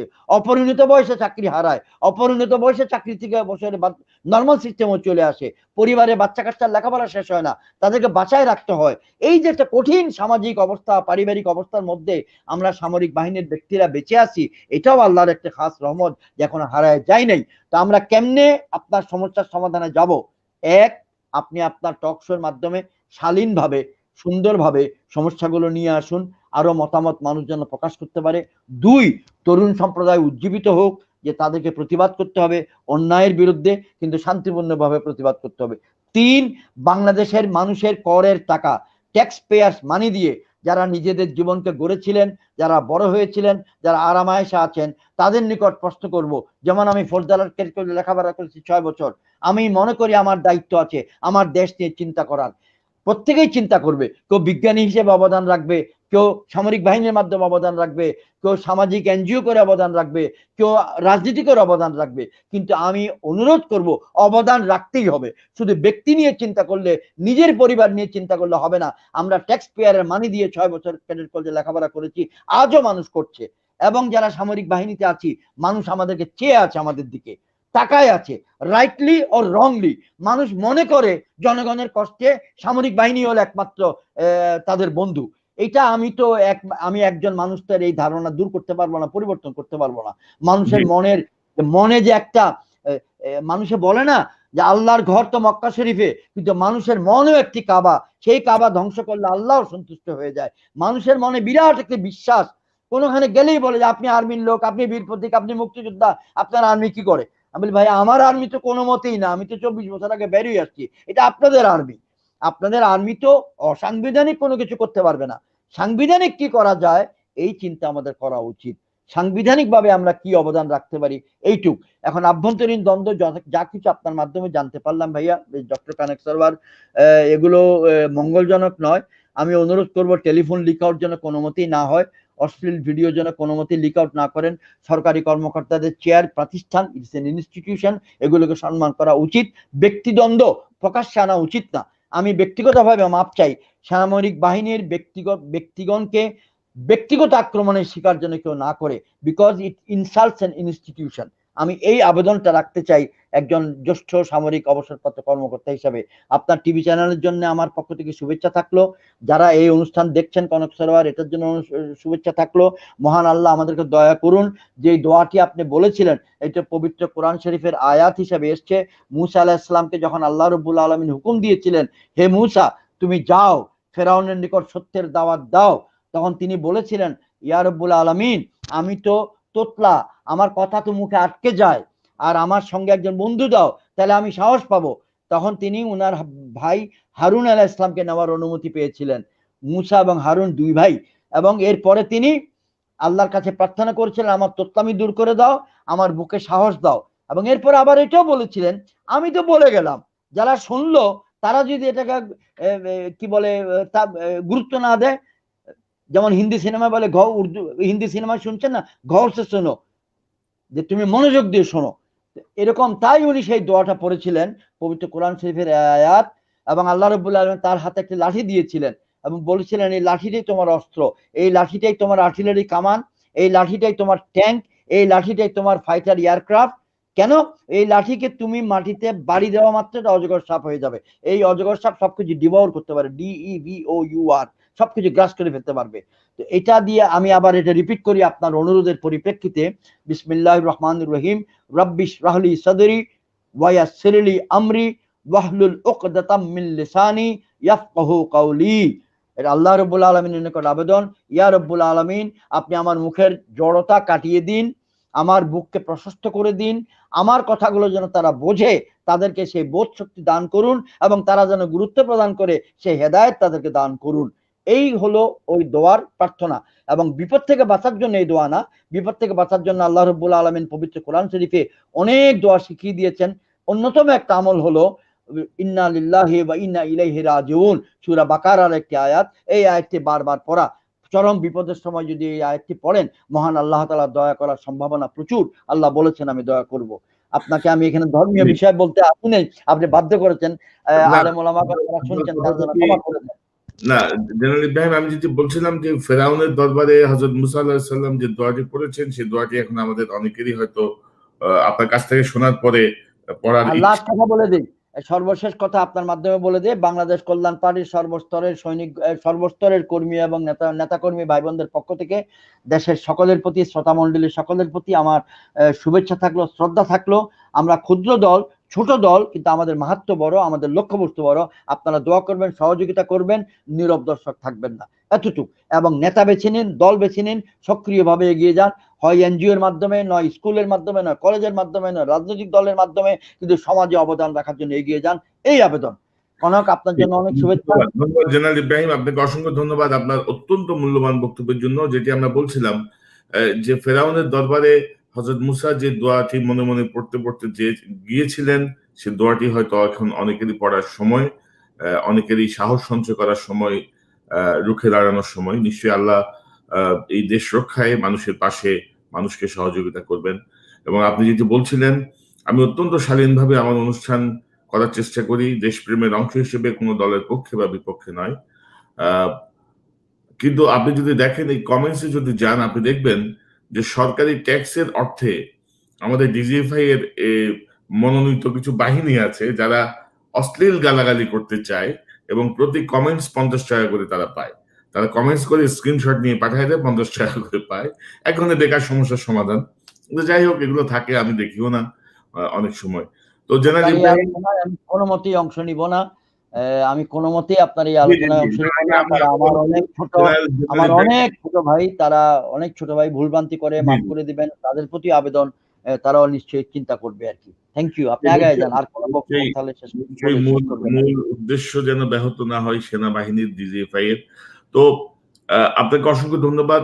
আপনি যদি সময় দেন, আমরা আবারও আলোচনা করবো আপনার সাথে, বিশেষ করে আমাদের 20 দলীয় জোট, আমাদের যে ঐক্য ফ্রন্ট গঠিত হয়েছিল, সে বিষয়টি, এই যে রাজনৈতিক স্থবিরতা, এই যে পারস্পরিক অবিশ্বাস বা কেন হচ্ছে না, এবং চীন ভারত প্রসঙ্গে আপনার কাছ থেকে আমরা বিস্তারিত জানতে চাই। নিশ্চয়ই আপনি আমাকে সময় দেবেন জেনারেল ইব্রাহিম, আপনাকে আবারও অসংখ্য ধন্যবাদ জানাচ্ছি। দর্শক, এতক্ষণ আপনারা যারা এই অনুষ্ঠানটি দেখলেন, আপনাদের সবাইকে ধন্যবাদ জানাচ্ছি। দীর্ঘ সময়, প্রায় 1.5 ঘন্টা এই সরাসরি সম্প্রচারটি হচ্ছে। আপনাদেরকে পরবর্তী অনুষ্ঠান দেখার আমন্ত্রণ জানাচ্ছি। অনুরোধ করছি, সাবস্ক্রাইব করে এই চ্যানেলের সঙ্গে থাকুন, লাইক ফলো দিয়ে আমার ফেসবুক পেজ এবং অ্যাকাউন্টের সঙ্গে থাকুন। নিশ্চয়ই যখন যে অনুষ্ঠান আমরা করব, সঙ্গে সঙ্গে আপনারা আপডেট পাবেন, আপনারা দেখতে পারবেন, আপনারা অংশ নিতে পারবেন। দর্শক, ভালো থাকুন, আবারও দেখা হবে ইনশাল্লাহ। আসসালামু আলাইকুম।